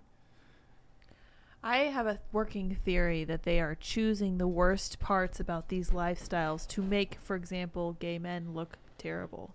I think that they're actively taking steps to It does make us look terrible. It does. It looks terrible. And nobody wants to talk about the dark parallel that runs with this super encouragement of sexual promiscuity is the disproportionate rates of HIV and STI infections and monkeypox. Yeah. I mean, that's the story right now. Yeah. Well, I think if you're going to talk about the health effects that you need to consider when you're living a high-risk lifestyle, you should talk about all of them. You should talk about the problems that come with promiscuity. You should talk about the problems that come along with being in really intensely dysfunctional relationships, but they're not. They're just trying to make a splash, and it's so shallow and short-lived, and I think it's seriously throwing our culture off balance. Or maybe it's just we've also so clearly destroyed families. Yeah. I've been giving this a lot of thought, just personally about my own life and my family history and everything. My grandparents on both sides, on my mom's and dad's sides, were both divorced in the 70s. Yeah. My parents got divorced. I think they got divorced shortly after both their parents got divorced. They got divorced. My dad got divorced twice after that. My mom got divorced again after that. My husband and I split up. What is this? This is generations at this point of people who cannot maintain a family structure. And everybody, you ask them, everybody's got a really good reason. Everyone's got great reasons why they couldn't maintain their marriages, why they couldn't maintain their families. But literally every single one is messed up. And then I look at let's pull up this story right here. And then I look at my son and I'm like, is he going to be able to maintain a marriage? How? I want to pull up the story from the Post Millennial. Libby, do you want to read this one? Sure. Wait, let me get my glasses. I can't see that far. Can't see that far. No. Can you read it? Yes. Fox News airs segment celebrating transgender teen. Hannah Nightingale wrote this up today. I was shocked when she brought me this story and said that she was going to write it up. Fox News, it turns out, is as woke as Postmates, perhaps. They ran a puff piece on a trans teen out of Southern California, and they made claims, and the mother makes claims, that it was painful for her daughter to have to wear feminine clothing. So that must mean that her daughter is a boy. As though wearing boys' clothes makes you a boy somehow. It's a magical, when I put on jeans and T-shirts, I'm a boy. I'm a boy. America, look at this. Fox News ran. Yes. Look at America Together celebrating diversity. Oh, please. LGBTQ plus Pride Month. Please. I have really strong words that I would like to say to Fox News, but seen this is by a 7 million family people in a friendly family YouTube show. video. Brian Yanis has a story about that family that hopes their experience can help others. Watch here. If you saw me walking down the street, you wouldn't think anything different. 14-year-old Rylan Whittington is a typical Southern California teenager. And the Whittingtons, along with mom Hillary, dad Jeff, and sister Brinley. All right, whatever. Look, Yeah. my. It is whatever. I think. Like, well, where's the I'm not news? Gonna, Where's the I relevance? know. Like, there? I have two questions. Like, I don't understand why Fox News is airing this story. I don't either. Because they're owned by BlackRock. The issues I have are around lack of parental rights. So in the schools, if the children are being exposed and keeping their secret from their parents, if the parents are making decisions for their kids, well, there's questions about where the parents' rights are, and the issue of surgery Yes. on children. I don't know the full depth of the story. I think for me, what I can comment on is why is Fox News airing this? It's a really good question as to why Fox News is airing this, and I think somebody should ask Fox News why they are airing this, why they would be conceivably airing a puff piece on a trans teen, who, if this teen goes through with all of the transness, will end up leading a life where they can never have an orgasm. I mean, and they're saying it's quote, for me, it's a deep spiritual belief that if you believe in God and he, created us the way he wanted us, well, then yes, he created Rylan just the way he is, said the mother. Right, which means that that Rylan needs nothing to be who Rylan truly is. Doesn't need any drugs, doesn't need any surgery, doesn't need any changes. Cut your hair, wear whatever clothes you want. In fact, without anything, that's when you are who you truly are. That's who you truly are. Exactly. So this is a News Corp, which owns Fox, and they have about 7% of the company is owned by the triad BlackRock,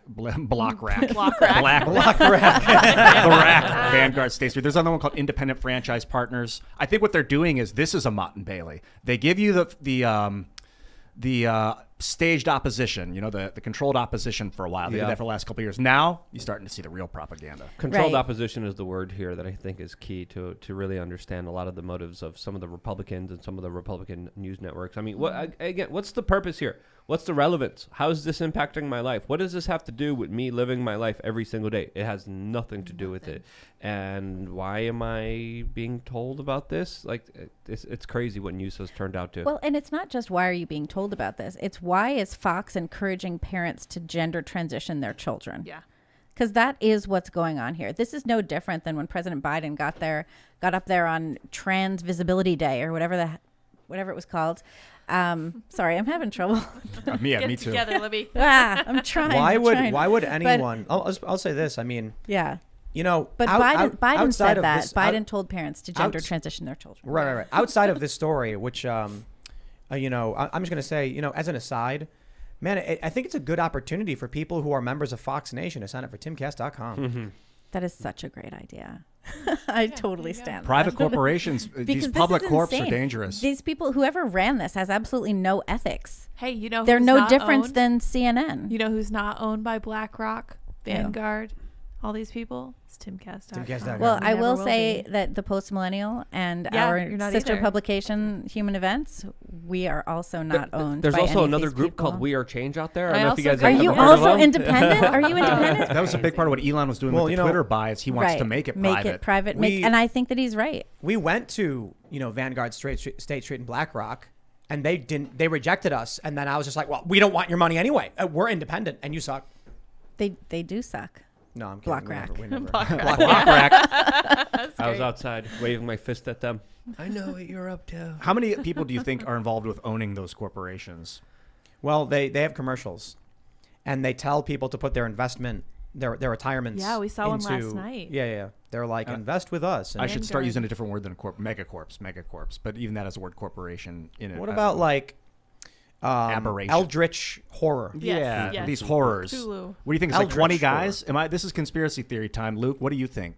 20 people own these companies, or do you think it's way more than that? Some people say 13, but That's who really nice knows? Number. Yeah, that's a handy like the number heads of families. Yeah. Well, maybe if we got that client list, we might know. You know what I'm saying? Yeah, man, the thread pulls deep on this one. Remember the Panama Papers? Boy, did that get swept under the rug. That got hidden so quickly. It was like a woman, and she got murdered, right? Yep, assassinated. Wait, she got murdered? How did I miss that part? I guess because it got she got covered up by murdered, Fox News and CNN, which I- may as well be the same company. When I go to sleep at night, my nightmares are that it's already on lockdown. The whole world is already on corporate lockdown by these companies, and that we are just along for the ride. We just were 2 years ago. Yeah, 2 years. We were on corporate lockdown. But lockdown, like spy network, satellites watching, they're ready to kill anyone at any time. Lockdown, like just fall in line or die kind of thing. It's I hope it's not like that, but man, I know that they have satellites. I don't know. Yeah, Elon Musk has satellites that he's using right now in Ukraine. So what? You got to trick the world into changing.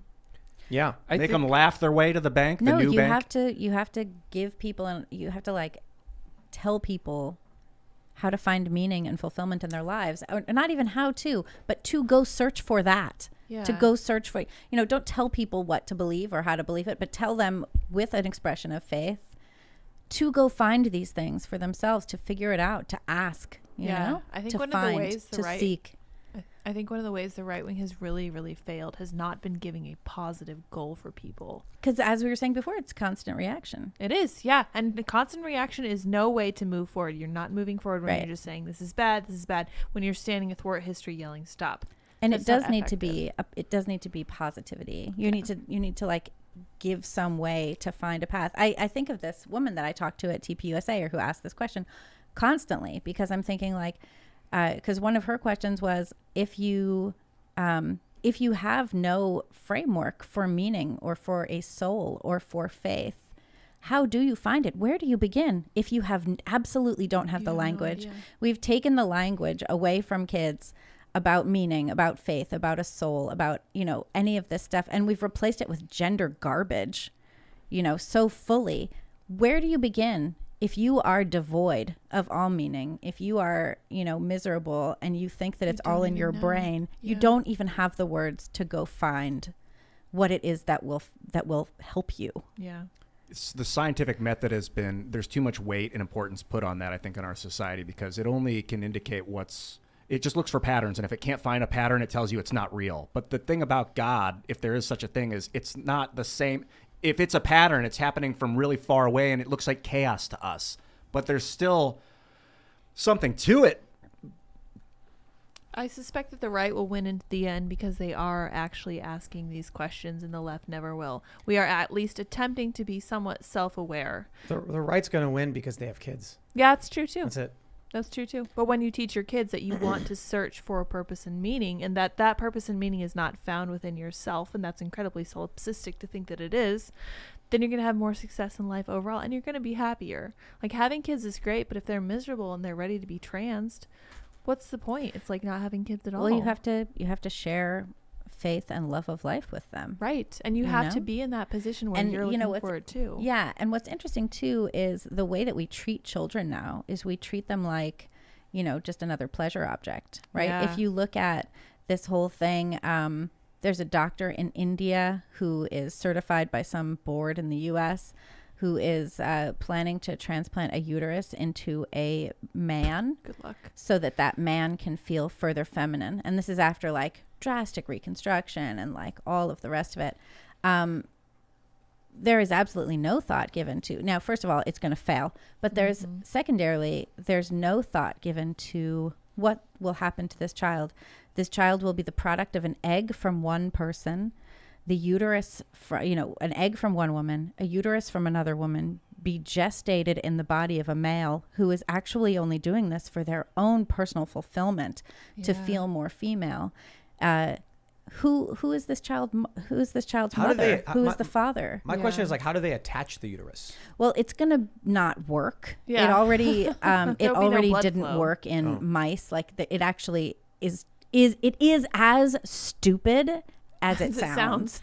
But even when you think about like surrogacy or other things where you have a child that is conceived and gestated from like, half a dozen people or whatever, where are you from? What's your background? What's your culture? What's, who's your mother? Who's your daddy? Yes. But like, Yeah. who's your daddy? Yeah. That's the big question these days. Right? It is, yeah. Your environment, I suppose. Genetics, obviously your past, Sure. up the tree comes into it, but who's raising you? Who's raising you, and where are you from? I mean, at a certain point, like when you talk to people who've been adopted, and everyone wants to know who their original parents were at some point. And when I feel like maybe probably the issue here is that we're placing far too much emphasis on the physical body. This is why we're doing insane things like transplanting a female uterus into the pelvis of a male. Never going to work. No. You should maybe Well, think about your soul instead. I want to make sure we get to this. Think about your soul yeah, instead. maybe. I want to make sure we get to this story because Oh, I know yeah. this is something that Andy really wants to talk about. Yes. From the post-millennial secret grand jury in San Diego indicts alleged Antifa members accused of brutal assaults. Andy, what's this about?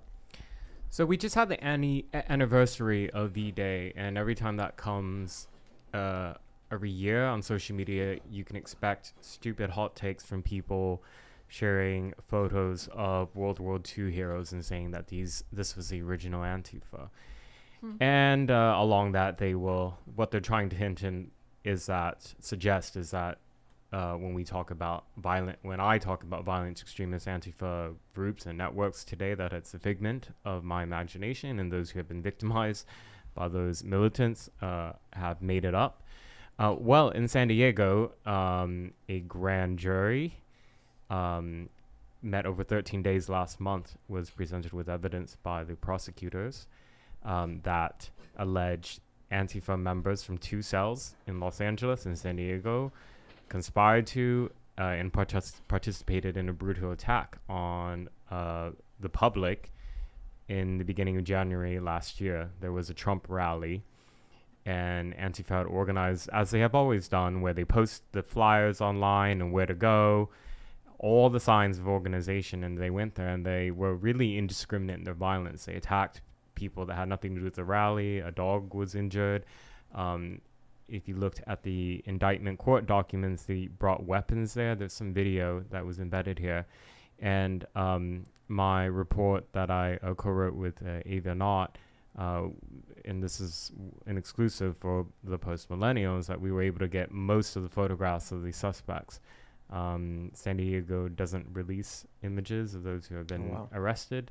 And so this is literally an unmasking of the suspects. And if you look at the charging documents, the indictment, it says explicitly the allegations that these are Antifa members. So, this won't happen, but I wish this story or those court documents ended up on the desk of every lawmaker in Congress, especially those who have gone on record over and over to deny the existence of Antifa.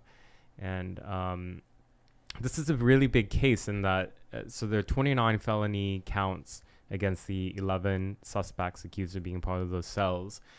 Included in that is felony conspiracy. And this is the first time anywhere in the United States that those who are accused of being part of Antifa have been charged with conspiracy. That's significant. Wow. This should Well, be... we saw January 20th, 2017, they charged all those Antifa with conspiracy, but they actually got the charges dismissed, filed a lawsuit, and then won millions of dollars from D.C.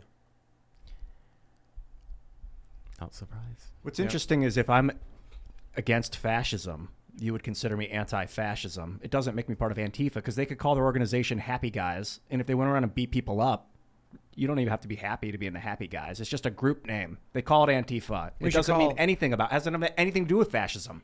They're angry and they're beating people on the street, apparently. We're going to call our organization the Good Guys.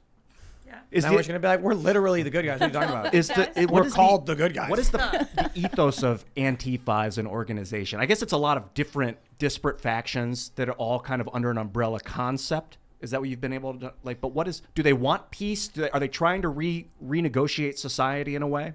Yes. So broadly organizing under this concept of being against fascism, they believe in violent direct action as being one of the very effective tactics in achieving their goals, up to and including terroristic acts.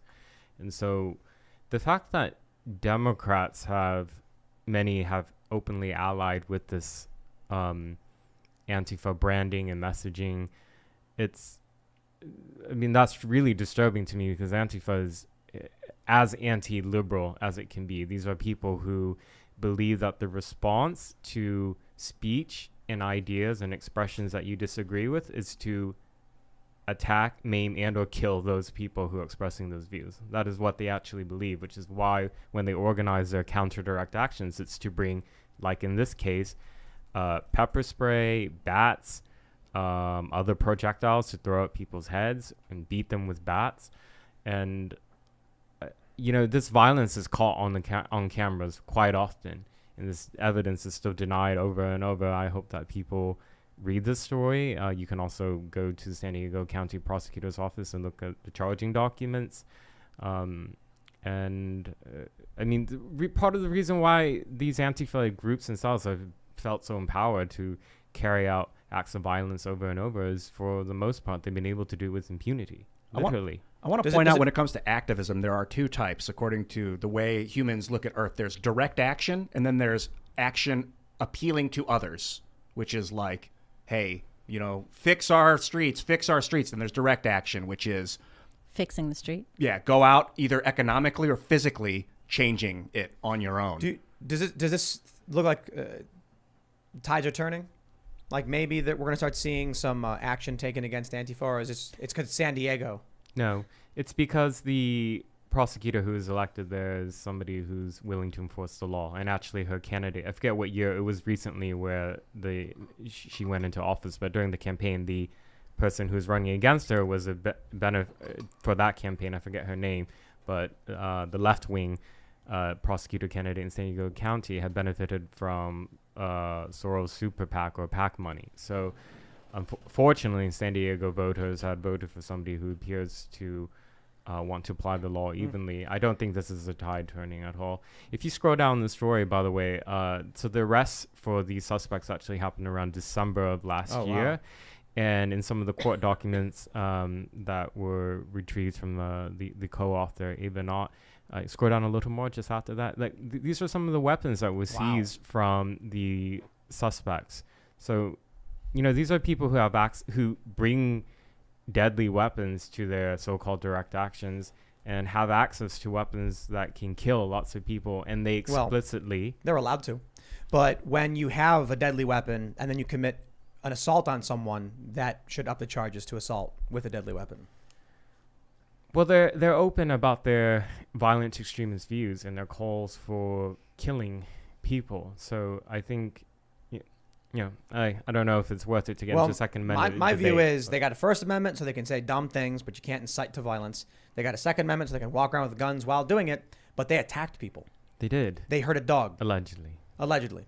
If you're going to go around with a weapon like that and actually attack people, you are committing assault with a deadly weapon. So that's a much, much more serious charge. And good. That's what it's for. It seems like this violent direct action that has been happening has been kind of lost in the noise the last couple of years because there's so much news that it's just like a lot of things. It's hard to sift through it, but it's real. And I feel like our government or National Guard should be on high alert against violent direct action right now. Well, they are when it comes from the right. Yeah. They're very focused on that. Or the wrong. Right. Definitely not the wrong. Who's right? The right or the wrong or the left? I'm not sure what's going on here. Anyhow, maybe so far they have been. And that's fine. But I just all around, we need to protect our streets and our people. Well, when they talk about fighting domestic terrorism, they're not talking about these guys. When Merrick Garland comes out there and he says, domestic terrorism is this huge threat. They're not talking about these Antifa guys, right? They're talking about like the people that showed up in Lansing and wanted their businesses to be allowed to be opened. They're talking about, parents at school board meetings. Parents at school board meetings. Yeah. Exactly. That's crazy. Mm-hmm. It's important to point these violent direct actions out by all people when it's happening. Especially right now as the economy is inflating. Even when that man was threatening to try to take Brett Kavanaugh out, they were on the news saying, well, these threats definitely come from both sides. We need to keep in mind that it's, from both sides, and we have to take into account, I don't know, like parents at school board meetings and stuff. And I'm like, and it's just not accurate. Take the plank out of your own eye, people, before you try to take the speck out of the right wing's eye. Honestly, it's really exhausting. If Trump was responsible for the actions of some of his supporters, I wonder why those who have been inciting violence day in and day out in response to the abortion stuff haven't been held responsible for the alleged actions of this foiled murder-suicide plot. Well, you could apply it retroactively too with the shooting at the baseball field where Steve Scalise almost died. That was a Bernie supporter. Nobody cared about that. They didn't try to attach Bernie to him. We didn't either because we're like, it's not Bernie doing this in the same way we said it's not Trump doing it. 529. Yeah, that's right. There you go. The thing too, though, Let's is we saw, even when Trump was in office, we saw the Democrat left saying that it was acceptable to harass and target members of the Trump administration when they were in public, right? Wasn't like Sarah Sanders was like basically restaurant? harassed at a Yeah. Waffle House. She was harassed out of a Waffle House. Am I remembering this And I correctly? think Tucker and his family. Yeah, and there were a lot. This happened a lot. Maxine Waters said it. Get in their face. It's happened You to know? me in DC. It happened Yeah, to you in DC. 100%. It allegedly happened to you in New Orleans, but it wasn't really you. Oh yeah, that was not me. It happened to some random Asian That's crazy. stranger. Yeah. They keep doing that. Yeah. So Wow. bad. Sam Hyde level. There was stuff. that video Yeah. of that dude. He's like an Asian guy. And they're like, "You're Andy No," and he's like, "No, I'm not." I am and they're like, not. "Yes, you are." And he's like, "No, I'm not." And it's clearly not you. That's the crazy thing. It's like, I don't know. I think it's because they don't actually know who you are. They've heard your name. Yeah. So then someone sees an Asian guy and they're like, "That's Andy No," because Asian It guy. must be him. And then the Yeah. people who don't know him. So this happened to me when I was at which university is up on the Upper West Side of New York? Is it Columbia? Columbia. Mike Cernovich was speaking there several years ago.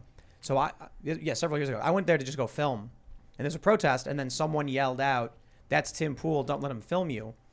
No one knew who I was, so they all start looking around confused, and then I look around with them like, "Oh, who are we where's looking Tim?" for?" Right? Because I'm not stupid. I know if I like. Oh, you just started looking around too? You're like, I acted like they acted. crazy. I Yeah. acted because it made it impossible. That's sweet. So they pointed out some old guy with a camera in a vest, and they, some dude starts going, "You're the reason that we enter." And this old guy is going like shrugging, but now everyone's looking at him. Then the activist goes, "No, not him, and he's pointing at me, and then I'm just looking around like, what's going on? Like, and then eventually Great. they figured out he was talking about me. Some young woman went to the police there, and started making things up about me, saying this guy's violent and he's trying to he's telling his friends to come and kill us right now. And then I walked up and I pulled out my press card, of which I have numerous, because I worked at Vice, I worked at ABC. And then I was like, "Sir, I don't know these people." And then I showed them. They were like, "We're sorry about that, man." And then they actually were just like, "Ma'am, you go away." And then she got really angry, like, "Oh, her lies didn't work." But they don't actually know. So when they see an Asian guy and someone says Andy No, they're like, "That's him. That's all that matters." Because they're psychotic, you know what I mean? right. Well, I'm appealing now as indirect nonviolent action to the FBI. If you guys want to stop street violence like J. Edgar Hoover did with the mob, I mean, now's the time. We got They are the mob. Come on. nip it in the bud, because these guys, if they're really organizing and beating people up on the streets, we got to stop it now. I don't think they have. I don't any think you interest in understand, that. Ian. I'm just asking. If you guys are listening right now, I'm Questions. asking you, do you want to sure they stop are. it? They Because don't, now's the but time. they I gotta say it don't again. want I gotta to. I'm not say, gonna Ian, assume. you're saying, I know you're beating me up, but if you want to stop you from beating me up, No, I'm talking about these guys dressed in black kicking dogs on the, the feds, street. right? Shooting. I don't know if there are people involved in it that work for the national government or not, but if you're listening, which you are listening right now, and you want to stop this, now's the time. The left even thinks they're feds. Like, they all accuse each other of being cops. So when, like I said, people show up in front of the home of a Supreme Court justice openly breaking the law, and Jen Psaki says we encourage this, you're asking them Insane. to arrest themselves. It's like people are building the sand humps dunes, and I'm saying, let's just start taking the sand and putting it in another area. We're not going to fix it tonight, but it's So they one step want at a time. it It's to like happen. these stories Why that would Andy they brought stop up. it? They is very vague. Not everyone in the federal government is monolithic. No, I know Jen that- Psaki says we encourage this. That's Biden's DOJ. Yep. Why would Merrick Garland, appointed by Biden, go up against what their I'm not administration talking to encouraged? Merrick Garland. I'm talking to the people working at the FBI. You guys. And know who what do I'm talking to. they take orders from to go out and do these things? It's the DOJ. It's Biden's appointees, and Jen Psaki clearly stated we encourage this. I understand that you receive orders from your superior, but if it's a bad order, you have an obligation. There's also enforcing orders they haven't been given. The point is, if whistleblowers are coming out and saying the FBI is purging conservatives, Jen Psaki says we encourage their behavior. Merrick Garland won't take action against them and was appointed by Biden. Don't expect to ask the administration that is encouraging this to happen to enforce anything against it. It's like saying a dude going out, it's like, I'm going to go buy a pie. You should stop yourself from buying pie. He's going to be like, bro, I told you I want this. I'm not expecting anything out of this. I'm just saying we got the machine in place to work on this stuff, so let's work on it. Who? What do you mean? We have an FBI. They investigate domestic crimes. That's what we do. Do they? I'm not. Yeah, cynicism's not going to get us out of this. Let me try this again. Yeah, but they're already The cynical FBI and not doing it. This whole is vague. the FBI is Joe Biden's Department of Justice. Jen Psaki said that their administration is encouraging the protests. The FBI. Why would the FBI? The FBI doesn't report to Joe Biden. The FBI reports to itself. sure, in a manner of speaking, but if whistleblowers are saying they've purged conservatives, Merrick Garland is the one who's in charge. Why are they going to enforce against what they want? I'm not talking to Merrick Garland. I mean, Merrick, if you're listening, I'm right, talking to you too. I'm you're talking asking to for I'm like talking to the last Americans few that are listening right now. You said to the FBI. Yeah, everybody that's there, everyone that has the opportunity to do something about this now. We start moving now, and we can fix our economy. They're too busy trying to coax mentally ill people to do their work for them. A lot of people are. No, Ian. I've said my piece, my friends. I love you.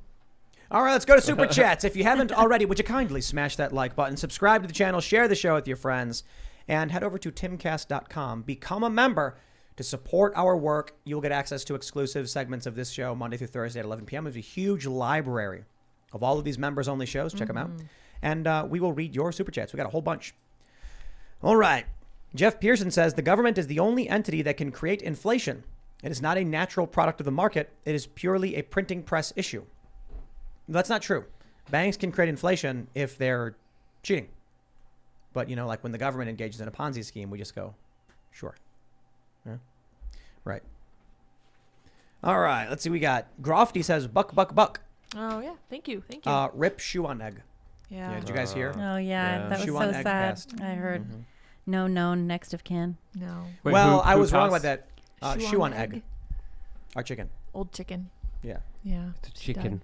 A Even chicken a- Sorry. named Shoe on egg. I misheard it, and I Yeah. was very shocked for a moment. Oh, no. Shoe on egg. So I was told by our chicken tender, Kim, Aw. that the two adopted ones are really old Yeah. and probably not going to make it much longer. She did have a next of kin. Oh. A sister is a next of kin. Okay. And now Yeah, so I didn't realize, she's really old too, but yeah. no children. Oh. And so I'm wondering, though, I don't think they were laying eggs. So, Okay. and if that's the case, there's no. Yeah, they stopped laying. So shoe They on did? egg was the end of the line, She really? was it, Yeah. Okay. Sad. I wonder if we incubated any of their babies, though. Maybe. I don't know. They were laying eggs over a year ago, and they Mm-hmm. stopped. And they've been just not doing well. There was actually a third chicken that didn't make it because they were just not doing well. Mm-hmm. It's They lived a unfortunate. good life. Died of old age. Yeah. Yep. It's a good life in Chicken City. That's Did it right. become a meal? No. No, No I coq au vin. No, I think no. we would have had to have moved faster Oh, Yeah. that makes converting sense. it into food. Yeah. I think you have to kill it yourself, really, to make it be. it has to be fresh. Yeah, Yeah. make it be food. But we have some gags in mind for the vlog. We'll see what happens. An orange sea lion says, has coffee brand coffee left you hyper? Well, Andy No will surely lead to another swatting that will leave you speechless by Michael my Knowles, now gosh. available in paperback. That was good. That was really That good. was that was a good double super chat. And he knows unmasking will lead to speechless. Yeah. Mm-hmm. David Bach says, I drive a 99 Suburban and it costs nearly $200 to fill it up. It has a 42-gallon tank. Biden has to go or America is screwed. Come on, man. Just get a Tesla. That's right. It's only $54,000. Come on. How hard is that really? You just work for a couple days and then I think these You just send your son to Ukraine to make you a lot of money. and then Exactly. You buy yourself a Tesla. look, you Come get your on. kid in Ukraine for 1 month and you can buy yourself a couple Yeah. Teslas. That's that easy, yeah? Make sure you're sharing bank accounts though. Otherwise, it's illegal because he's transferring money to you. Right, That's but right. so is sharing bank account. Okay, never mind. Yep. Never mind. Okay, what do we got? Adrian Contreras says, you're talking about the Fed and natural gas with Ian and Luke sitting there? Why do you hate us, Tim? Natural gas. That's methane, That's right. amongst other things, I think. Pedro Henrique says, Tim, did you see Bolsonaro calling out Mark Ruffles on Twitter? The Hollywood establishment is going nuts with the idea of him being reelected. Well, there you go. Oh, hey, what's this? Rye Lion says Phoenix Ammunition has been suspended from Twitter. Yeah. Free Phoenix. That's right. Oh, I don't man. know why. He said he was eating dinner with his family, then he came back and he's suspended permanently. So I have no clue what he Wow. Permanently. The Yeah. permanent. That's a big one. Yeah, I it don't is. know It might have been why. the name of his account. He changed his name to like blow the lung out. Phoenix Ammunition, making fun of that Biden Oh. statement about getting the lung blown out. Yeah. And it looked Right. like it was like telling people to do Yeah. it. Interesting. Grand Kai says 64% of U.S. electricity currently comes from natural gas. Most common way we get natural gas, it's a byproduct of drilling for oil. Oh, You can also get it from the bottom of trash heaps. Produces natural methane. Yeah, they cover the dumps Mm-hmm. and then capture all the methane gas and That's Staten What Island. There you Yes, go. right. There you go. All right. Adrian Contreras says, what happens if 150 million people are trying to charge a freaking car at once? We can't even sustain running our air conditioning in CA without blowing out the power grid. That's right. There's going to be a huge shortfall apparently this summer. Of electricity. Rolling brownouts. Yeah, of electricity in California. I'm really excited because we got our solar completed. No, nicely done. Yep. Tesla failed us. Boo. Yeah. Boo. Oh, you were going to do Tesla solar? So we did Tesla. We have a couple different facilities. Our new facility that we're building, we've got solar getting set up. We tried Tesla. They vanished for a year. And we that's just not went, helpful. no No. idea what's going on. They finally showed up and delivered all the equipment. And we're like, all right. And then they went, hey, wait a minute. This won't fit your building. And then we were like, what? And they're like, also, we got to shut off all your power to your studio for several hours. And then hope the electric company turns it back on. And I was like, not. you That's not didn't gonna tell us do that the was going to trick. happen. This other company showed up right away, installed everything, and said we got to wait for permitting. Permitting took a bit, to be fair. And they came and finished all the work, and I didn't even see them. Free market. Nicely done. Yeah, smaller companies. And I like Tesla. Yo, Elon, what up? It looks like he's working on it. Elon and Tesla are working on a new manganese battery cell. Oh, interesting. I've also heard them talking about graphene batteries. Graphene batteries. Jeff Pearson says world inflation increases because of the central banks and printing of the U.S. dollar. Government creates inflation. Yep. Inflation is theft. That's Well, right. it's not the printing of money. It's the what are we on now? Are we on an infinite reserve? They removed the reserve. Fractional reserves banking is how the money supply is expanded. Upon the issuance of debt, money is created in the system. So you buy a house, they just create the money, put it in your bank account. So no one's actually lending it, but they have to have a certain amount of money available in reserve. Someone told me that because of the pandemic, they removed the reserve cap. Now it's infinite. They can just issue. Yeah, it is. That's why the money supply is skyrocketing. If you look at the M1 money It's so stock. difficult to tell, and I would doubt that they would ever come out on the news and be like, now banks can print as much money as they want out of nothing. Like, they're not going to tell anyone. But- They're not but- gonna tell They're just going to do it. Yeah. Yeah. Print, I think, is like the wrong word because it implies there's some kind of process by which the money is entering circulation, like a machine makes it and then they like test it. They're literally just in the bank going like $1 Changing million numbers. enter, So weird. and then it's like boop, there it is. So weird. Yeah. How does that really? Yeah, yep. Yeah, isn't that weird? That's not a good situation. Every No. time you Yeah. spend money on a That's credit card, fantasy money. Yeah. every time you spend money on a credit card, you're creating money. Unicorn money. That's fantasy money. That is fantasy money. Don't That's like right. that. Take it away. Yeah. Which indicates Either of you. if we get, I told you so. it kind of makes it sound like if it's invisible fake money, then if we get rid of it, it won't be that bad. That's what it sounds like. Right, but if that's the only money in your account and they just start decreasing your zeros, like then you're Yep. screwed. One of my favorite bits ever was by the Rap News guys, and they did a Ron Paul rap, and then Ron Paul at the end is like wearing all these gold chains, and he's like, "I'm Ron Paul, and I approve this message." And then Paul gets big, and then a square appears around the AU in Paul, and it turns into That's the the gold. the periodic element. I was like, Yeah. that was That's genius. clever. That's cool, yeah. Love Absolutely it. genius. AU and Paul for gold. Nice. Isn't that weird that Ron Paul, it's like the AU's right there. It just Yep. worked out so It's perfectly. not a coincidence. All right. Raina says, Dr. Pamela Susan Fairchild at the University of Michigan is performing transition surgeries on young children. Do with that information as you will. Wow. Wait, who was it? Tell me that again. Pamela Susan Fairchild? I'm going to write that down. Yeah. Is that a prominent person or something? I don't know. I'm going to find out, though. Let's find out. Helmsway says, I Interesting ate some of the people. keto cake Sour Patch Lids made today. Life is better for the moment. Oh, I'm happy to hear that. We had Oh, fun wonderful. making keto angel food cake. I also made keto hummingbird cake. I don't think that one was like as good, but people seem to enjoy it. So thanks, Brian. Salt of the Street says, love everything y'all do. We here at Salt of the Streets podcast are trying to do our part too. Tomorrow at noon, we'll be live on YouTube talking about many of the same issues covered tonight. Hope to see you there. Very nice. Thank you for Very the super cool. chat. Yeah. All right, where are we at? Rodolfo Ramirez says, leftists see the individual, conservatives see the statistics. Yeah. Well, maybe. No Saint says, Jeremy did get swatted again, but Coffee Brand Coffee has had amazing sales the last 2 days. Weird. Ricada also is talking about getting swatted as well. Yeah, I heard they On both his got Twitter swatted. account. Both did, Yep. Yeah. Wow, man. It's going around. It's catching. H Music says, Ruth sent us posted the school and daily schedule of Amy Coney Barrett after the would-be assassin at Kavanaugh's house, saying this is the time now that a wake-up call has been sent. I mean, they're literally calling for war. Yeah. They said call to arms. They said here's the address. It is stochastic terror outright. And they say that that's what we're doing. Right.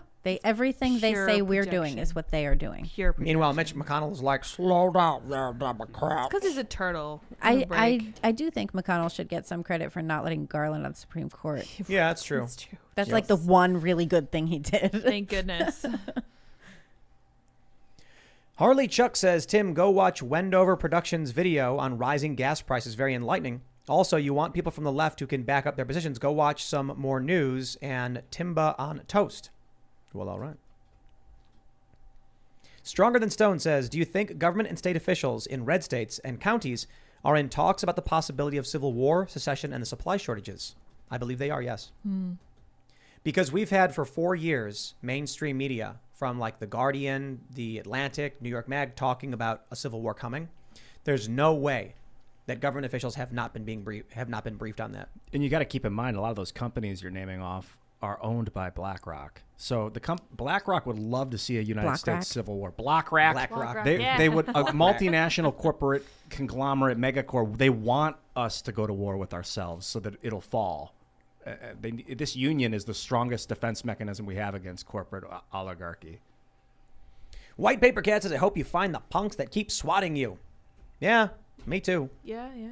I know it's like the government's incompetent here and can't do their job. Crazy. Kane the Fourth says, Fallout says war never changes. Metal Gear says war has changed. Might be the guns of the Patriots instead of proxy wars with current day media. Fallout's a great game, by the way. Oh, White Paper with another big super chat. Thank you very much. Appreciate it. Thank you. Brian says, Republicans are the minority. They cannot hold hearings. There is nothing stopping anyone from the smallest state level to the highest federal level of holding their own hearing. They can have people come in and testify and do whatever they want. Like, nothing's coming from the January 6 hearings. It's not like they're bringing people in and actually having them do anything meaningful. I heard their ratings were not good. Bobcat, oh, really? Do we have the ratings numbers? No, I don't have the numbers in front of me. Bobcat says, why aren't conservatives suing to disqualify Democrats who supported the BLM riots in 2020? BLM declared revolution against the U.S. Their supporters cannot hold office because the Democrats and the Republicans are the uniparty. Donald Trump got in, Bernie Sanders didn't. That's all that matters. And the Republicans are doing everything in their power to oust Donald Trump. You know what, though? I think things will change very, very much so when the boomers age out because they just won't let go. The boomers in politics, they are the uniparty. It's going to be very different. Yeah, it seems like there's an economic calamity and they don't know what to do about it. They're just not there mentally, capacity-wise. So they're turning on each other to attempt to seem relevant. And those political persecution crap. But we have bigger fish to fry. So Just News says that comparable political events drew in far more people than the January 6 hearings, which is in no way surprising. There are numbers. Almost 20 million viewers tuned in for the hearing on Thursday night, according to The Hill. By contrast, President Biden's State of the Union address in March pulled in 38 million viewers in 2018. Then President Donald Trump's first State of the Union attracted over 45 million per the New York Post. I mean, 20 million is still a lot of people. It's not nothing. Yeah. Yeah, but still. Yep. Definitely not what they were hoping for. Well, they got every major network to just give them an open mic night. Except Fox, right? Yep. Mm-hmm. So are they counting Fox in those numbers? No, I don't think so. Because Fox was probably like 3 million. Not sure. Tucker probably got 3 to 5 million. Postal Pacifist says January 6 was not an isolated incident. Look up January 6, 2017. Protesters broke into the Capitol, albeit on a smaller scale, to protest the votes being counted and then candidate Trump. Really? That happened? January 6, 2017. Let me look that up. Forest Viking says, Tim, a billboard of the carnage of 529 and a link or QR leading everyone to a page explaining what happened. Most billboards do not allow politics. Yep. Or anything related to politics. We actually had one billboard say, because our ad says politics in it, they were like, we don't want that. Really? Yeah. They're like, we have a book coming out, we have music. They're like, those are fine. They were like, but politics it opens the door. It has a lot to do with laws around politics. So there's concerns that they're like, we do not want to get involved in that FEC stuff because, then they got to fill out paperwork and stuff like that. Others are just like, don't care, give me money. DeBronx says it costs just as much or more to charge your Tesla as it does to fill up a tank of gas. Check the price of electricity. We have solar.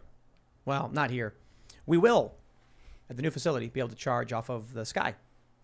Yeah.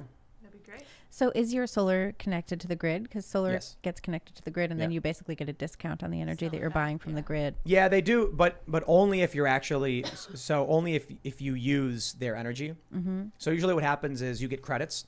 If during the day you're kicking back into the grid, then at night you'll get credit.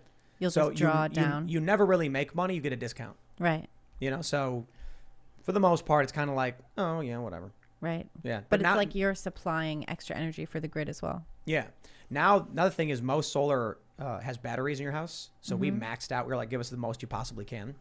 So during the day you charge up the batteries to full, and then at night they deplete. So we'll basically be off the grid completely. That's cool. Big problem with grids is if like you know giant huge city grid, if Yeah, of one course. area goes down, they shut down the entire grid. That's why I to was work on asking it. about it. Yeah, And because you don't want your stuff to get shut down. Because Right, you need your house to be able to detach That's and huge. keep it rolling when the rest goes down. All right. Austin DeWersk says, been a longtime supporter. If I wanted to sponsor the show to promote my podcast, Formula Fellas, on all major platforms, where would I go? Could be useful for other fans of the show who want to offer more support and help with expanding your op. So there's actually, depending on where you listen, if you listen on YouTube, there's a different company. The on YouTube is where, if you go to like the About section, I think that's where we have the email contact for the sales. I don't know the email for the podcast sales. I think they do direct sales completely on their own. Yeah. I don't know if they do solicitation, but you can email Spin the UFO, I suppose. You can, yeah. Hunter Count says, Tim says this like the Republican Party aren't obviously controlled opposition. They're not controlled opposition. They are the uniparty. They are the establishment. Yep. That's it. There you go. It's like, I'm not going to... They are one. Yeah, I'm not going to be like Antifa is secretly working with Antifa. I'm like, they are Antifa. Right. That's who they are. Raymond G. Stanley Jr. says, Ian deserves a hard 20 tonight. Swat the like button. That's right. Yeah. Swat that like button. Thank you, Raymond.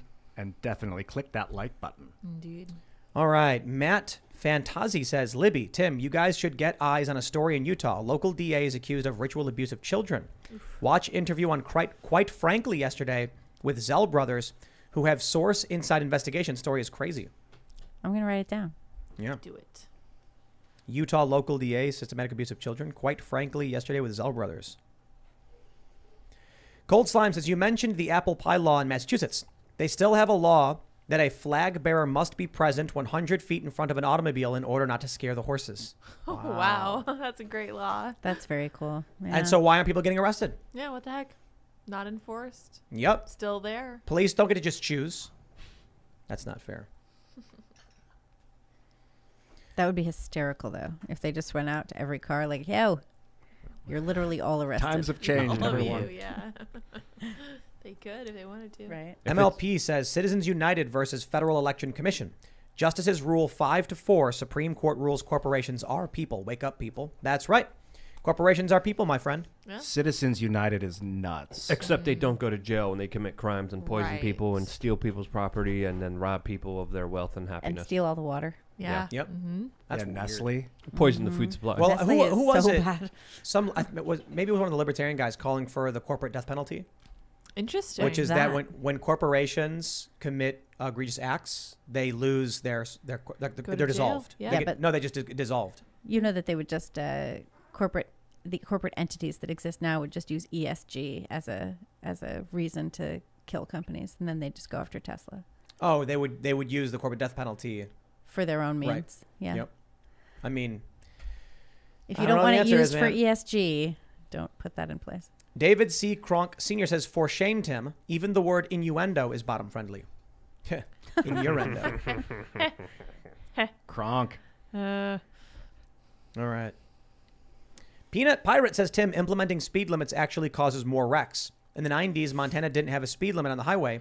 And in 2000, they set limits. Car crashes went up considerably. Interesting. I remember the same thing for stop signs. Yeah. I read somewhere that stop signs increased the accidents because what happened was when there were no stop signs, everybody would cautiously approach the intersection. But when they put up stop signs, some people think, I'm going to blow the stop sign, but the other person won't. Or you Right, won't have a right. stop sign and they will, so you'll assume they're going to stop and you just Exactly. won't even look. And Like then they Nancy don't stop. Pelosi's husband. Isn't that what he did? Right. Yeah, I think so, yeah. Well, he was drunk. Yeah, but So he was also, drunk. but first he rammed his Porsche into a Jeep, Yeah. Oh, blowing really? a stop sign. While he and was then, drunk? Yeah, well then later he got picked up on the DUI. And I think they let him off. Well, we should let him go. I I mean, wonder come on. why. Why He's would powerful. we leave him We off? we cannot be a Yeah. country. Could you imagine what the streets would be like if the nobles were being locked up? I just, Rabble. I just don't know what would Rabble. happen. No. They would send their shock troops. We need gentlemen to be free to reign over the rabble. Scholars. We need them to be able to ram their That's right. Porsches into Jeeps. That's right. Well, It's you really know, important. Well, Democracy. Libby, have you asked? Maybe the Jeep deserved it. Oh yeah, the Jeep always Jeep was deserves asking it. for it. That's fair, yeah. I bet the Jeep wasn't even damaged. to be gas honest. Yeah, Guzzler. probably not. All right, please. In all seriousness, don't drive drunk, man. Please don't. Yeah. People get like insanely confident, and that's the problem. But hey, Really, when I do not get insanely confident if I have a lot to Inhibitions drink. are But people, all- yeah, they think like, no, I'm fine, I can drive, and it's like, dude, you're drunk. You're wrong. Give Like, me Yeah, your car definitely keys. wrong. you yes. cannot drive. Clayton Johnson says the big question for Ian is who owns State Street, BlackRock, and Vanguard. That's what I asked Luke earlier. 13 Each other. people. Yeah, they own each other, which is Yeah. weird when you start looking into it. And It's an then, Ouroboros. but I don't know the names, and that's probably out there. Sure it is. Okay, what do we get? Scott Merrihew says, stop with all the democracy talk. The U.S. is a constitutional republic. Only representative from your district vote. You don't. It's funny because I feel like people who don't watch the show regularly will say that all the time when we make that point way too often. Like we talk about how we're not a democracy all the time. Then someone tunes in like for the first time or like once in "Did a you while and they're know?" like, yeah, like when people, I think we've made probably like $100,000 and people telling us to watch Yuri Bezmenov. Oh, But still haven't I'm not seen it. exaggerating that number. I'm willing to bet like $100,000 in people being like, watch the Yuri Bezmenov interview. And it's like, oh, another one of you got 12 Wish of I those per had night. $1 for every time. Gee. No, I Don't think you we have get $1 for $5 every every time. time? That's great. It's Yeah, that's perfect. nice. Yeah. It's even better than the dollar. Yeah, I need a fund for Yuri Bezmenov. I think I'm supposed to watch that. You should do that, Ian. yeah. Right. Your pal Jody says, as the founding father Patrick Henry once said, give me liberty or give me death. Those dudes were We will cool. not obey. Do not tread on me. Vote in local elections. Run for local office. Yeah, wasn't it like 45 people are running in Alaska? Really? Wow. Some ridiculous number because everybody's like, we are stepping up to the plate. Good for them. Yep. It's an uphill battle, Cause chaos. but Yes. it can be won. And Marjorie Taylor Greene proves it. Lauren Boebert proves it. Thomas Massey proves it. Donald Trump proves it. Rand Paul. Yeah. It is These, possible. all of these overturning school boards as well. There's Right. all these school boards Yes. where conservatives are Chase being Bowden elected in. losing. Yeah. All Yeah. that stuff. Recall efforts in San Francisco. Yes. Oh, yeah. Yes. Chessa, is it Boudin? How do you pronounce it? Boudin. Boudin? I was calling him Who Bowden. knows? Who knows? I was calling him Cheesa. Cheesy Bowden. Cheese it. We were Cheesy talking Bowden. about that yesterday on Andy's podcast. It's so fascinating that he got taken out. Yeah, you know who really loved him was those white progressives and everybody else. They Like, sure no, did. They sure loved don't him. like that.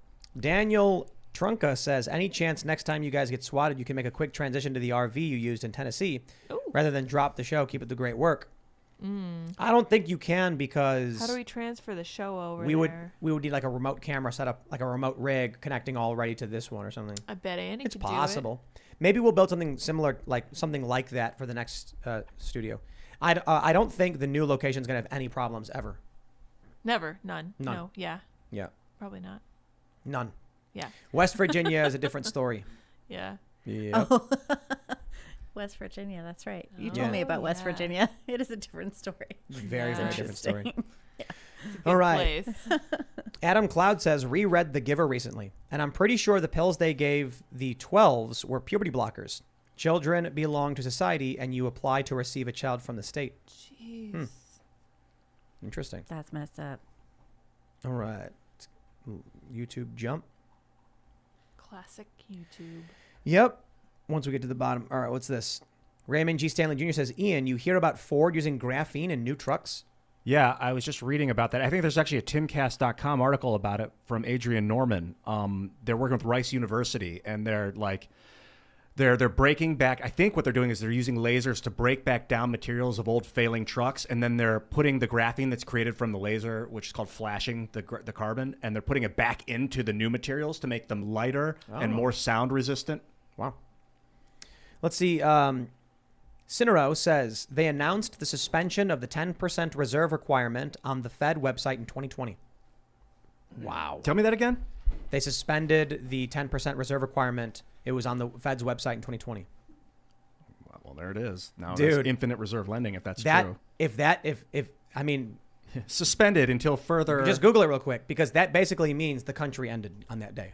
Yeah. People don't realize that's them pulling the plug out of the middle of the ocean and all of the water being flushed out.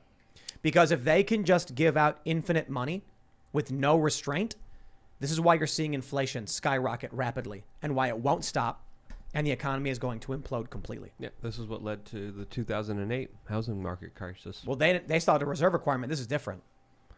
Well, yeah, of course. This is not easy to find at first glance. Banks are no longer required to hold reserves. This is from April 2020 from libertarianinvestments.com. Mm. If that's true, man. That's really Policy. scary. Yep. Press release from the federalreserve.gov.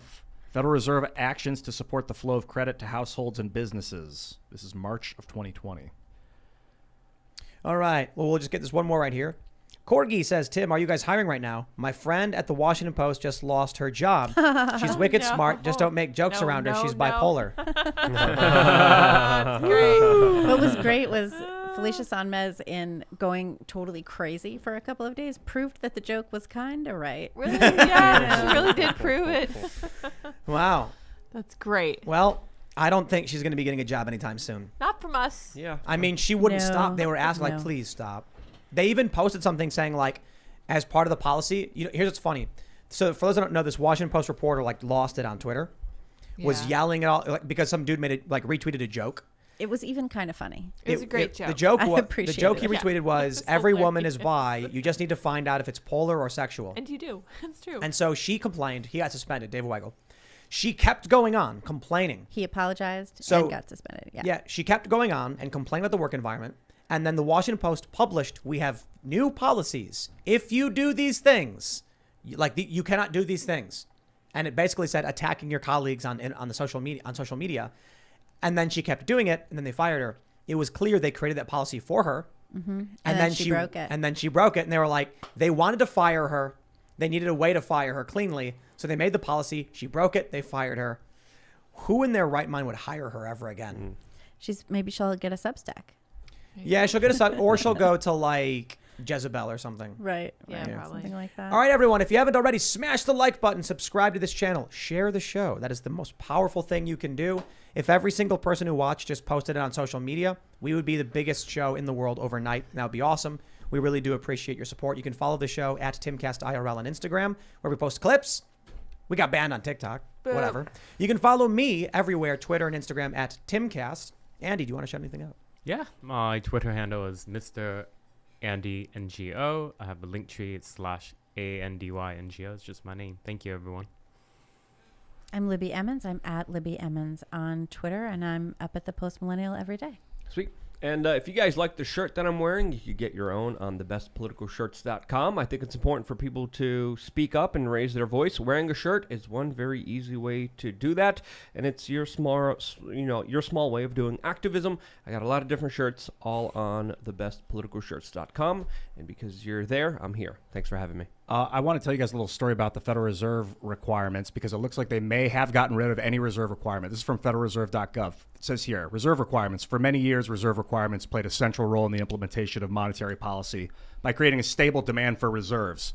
In January 2019, the FOMC announced its intention to implement monetary policy in an ample reserves regime. Reserve requirements do not play a significant role in this operating framework. Anyway, it's obfuscation, but here it comes.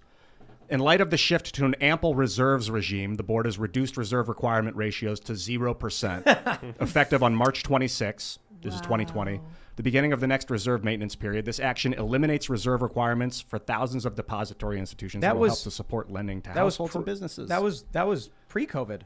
Yeah. That was right around the time the COVID stuff started happening. Yeah. Interesting. Yeah, they must have had no idea it was going to happen.